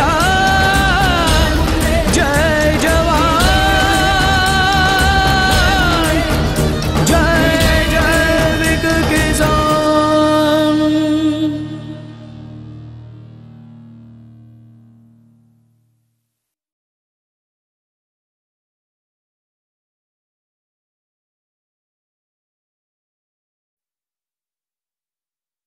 ಬಯಾಲಜಿಕಲ್ಸ್ ಎಂಬುದು ಕೃಷಿಯ ಕ್ಷೇತ್ರದಲ್ಲಿ ಸಮಗ್ರ ಕೀಟ ನಿರ್ವಹಣೆಗಾಗಿ ಬಹುಮುಖ್ಯ ವಿಷಯಗಳಾಗಿರುತ್ತವೆ. ಬಹಳ ಸಂತಸದ ಸಂಗತಿ ಅಂದರೆ ಇಂದು ನಮ್ಮ ಬಳಿ ಲೇಟೆಸ್ಟ್ ಅತ್ಯಾಧುನಿಕ ಟೆಕ್ನಾಲಜೀಸ್ ಇವೆ. ಬಯಾಲಜಿಕಲ್ ಉತ್ಪನ್ನಗಳನ್ನು ಎಲ್ಲ ಬಗೆಯ ಫಸಲಿಗಾಗಿ ಕೀಟ ಪ್ರಬಂಧನೆಯನ್ನು ಒದಗಿಸುವ ಸಲುವಾಗಿ. ಮತ್ತೆ ನನಗೆ ಹೇಳಲು ಖುಷಿಯಾಗ್ತಾ ಇದೆ, ನಮ್ಮ ಕಂಪನಿಯ ಬಳಿ ಅದೇ ಅತ್ಯಂತ ಆಧುನಿಕ ತಂತ್ರಜ್ಞಾನ ಹಾಗೂ ಇಂದು ನಮ್ಮಲ್ಲಿ ಅಭಿವೃದ್ಧಿ ತಂಡ ಇದ್ದು ಇದು ಬಯಾಲಜಿಕಲ್ ತಂತ್ರಜ್ಞಾನವನ್ನು ರೈತ ಸಮುದಾಯಗಳ ಬಳಿ ಕೊಂಡೊಯ್ದು ಅವರಿಗೆ ಹಂಚುತ್ತಿದೆ. ಏಕೆಂದರೆ ಈ ಬಯಾಲಜಿಕಲ್ ಉತ್ಪನ್ನಗಳು ವಿಭಿನ್ನ ಬೇಸಾಯ ಸಮುದಾಯಗಳಲ್ಲಿ ವಿಭಿನ್ನ ತಾಂತ್ರಿಕ ಆವಿಷ್ಕಾರಗಳನ್ನು ಅಭಿವೃದ್ಧಿಪಡಿಸುವಲ್ಲಿ ಅತಿ ಮುಖ್ಯವಾಗಿರುತ್ತವೆ. ಹೀಗಾಗಿ ನಮ್ಮಂಥ ಅಗ್ರಣಿ ಸಂಸ್ಥೆಗಳು ನಮ್ಮ ತಾಯಿಯನ್ನು ಅಂದರೆ ಭೂಮಿ ತಾಯಿಯನ್ನು ಕಾಪಾಡುವುದು, ಆ ಮೂಲಕ ಮಣ್ಣಿನಲ್ಲಿ ಇಂಗಾಲದ ಸಮತೋಲನ ಕಾಪಾಡುವುದು ಅತ್ಯವಶ್ಯಕ. ಇದೇ ವೇಳೆಯಲ್ಲಿ ರೈತರಿಗೂ ಕೂಡ ಹಲವು ಕೀಟ ಹಾಗೂ ರೋಗಗಳಿಗಾಗಿ ವಿಭಿನ್ನ ತಾಂತ್ರಿಕ ಪರಿಹಾರಗಳು ಸಿಗುತ್ತವೆ. ಹೀಗಾಗಿ ಇದು ಬಹಳ ಪ್ರಮುಖವಾದಂಥ ತಾಂತ್ರಿಕ ಆವಿಷ್ಕಾರವಾಗಿದೆ ನಮ್ಮ ಕಂಪನಿಯದ್ದು. ಹಾಗೂ ನಾವು ರೈತ ಸಮುದಾಯಗಳ ಜೊತೆ ಒಟ್ಟಾಗಿ ಕೆಲಸ ಮಾಡುತ್ತಿದ್ದೇವೆ. ಮತ್ತೆ ಅತ್ಯಂತ ಪ್ರಸನ್ನತೆಯ ವಿಷಯವೆಂದರೆ ಈ ಕ್ಷೇತ್ರದಲ್ಲಿ ಎಲ್ಲ ಜನರ ಸಂಪೂರ್ಣ ಸಹಯೋಗ ಸಿಗುತ್ತಿದೆ. ಮತ್ತೆ ಕೇವಲ ರೈತರದಷ್ಟೇ ಅಲ್ಲ, ವಿಸ್ತರಿತ ನೌಕರರು ಇದ್ದಾರೆ, ಮತ್ತೆ ತಾಂತ್ರಿಕ ಕೆಲಸಗಾರರು ಕೂಡ. ಹೀಗಾಗಿ ನಮ್ಮ ತಂತ್ರಜ್ಞಾನವು ಬೇಸಾಯದ ಕಟ್ಟ ಕಡೆಯ ಕೊಂಡಿಯವರೆಗೂ ತಲುಪಲು ಇದೊಂದು ಸಾಂಘಿಕ ಪ್ರಯತ್ನವಾಗಿದೆ. ಹಾಗೂ ಅದೇ ವೇಳೆ ನಾವು ಹೊಲದಲ್ಲಿ ಉತ್ಪನ್ನಶೀಲತೆಯನ್ನು ಅತ್ಯಧಿಕಗೊಳಿಸುತ್ತಿದ್ದರೂ ವಾತಾವರಣದ ಪ್ರದೂಷಣೆಯನ್ನು ಕನಿಷ್ಠಗೊಳಿಸುತ್ತಿದ್ದೇವೆ.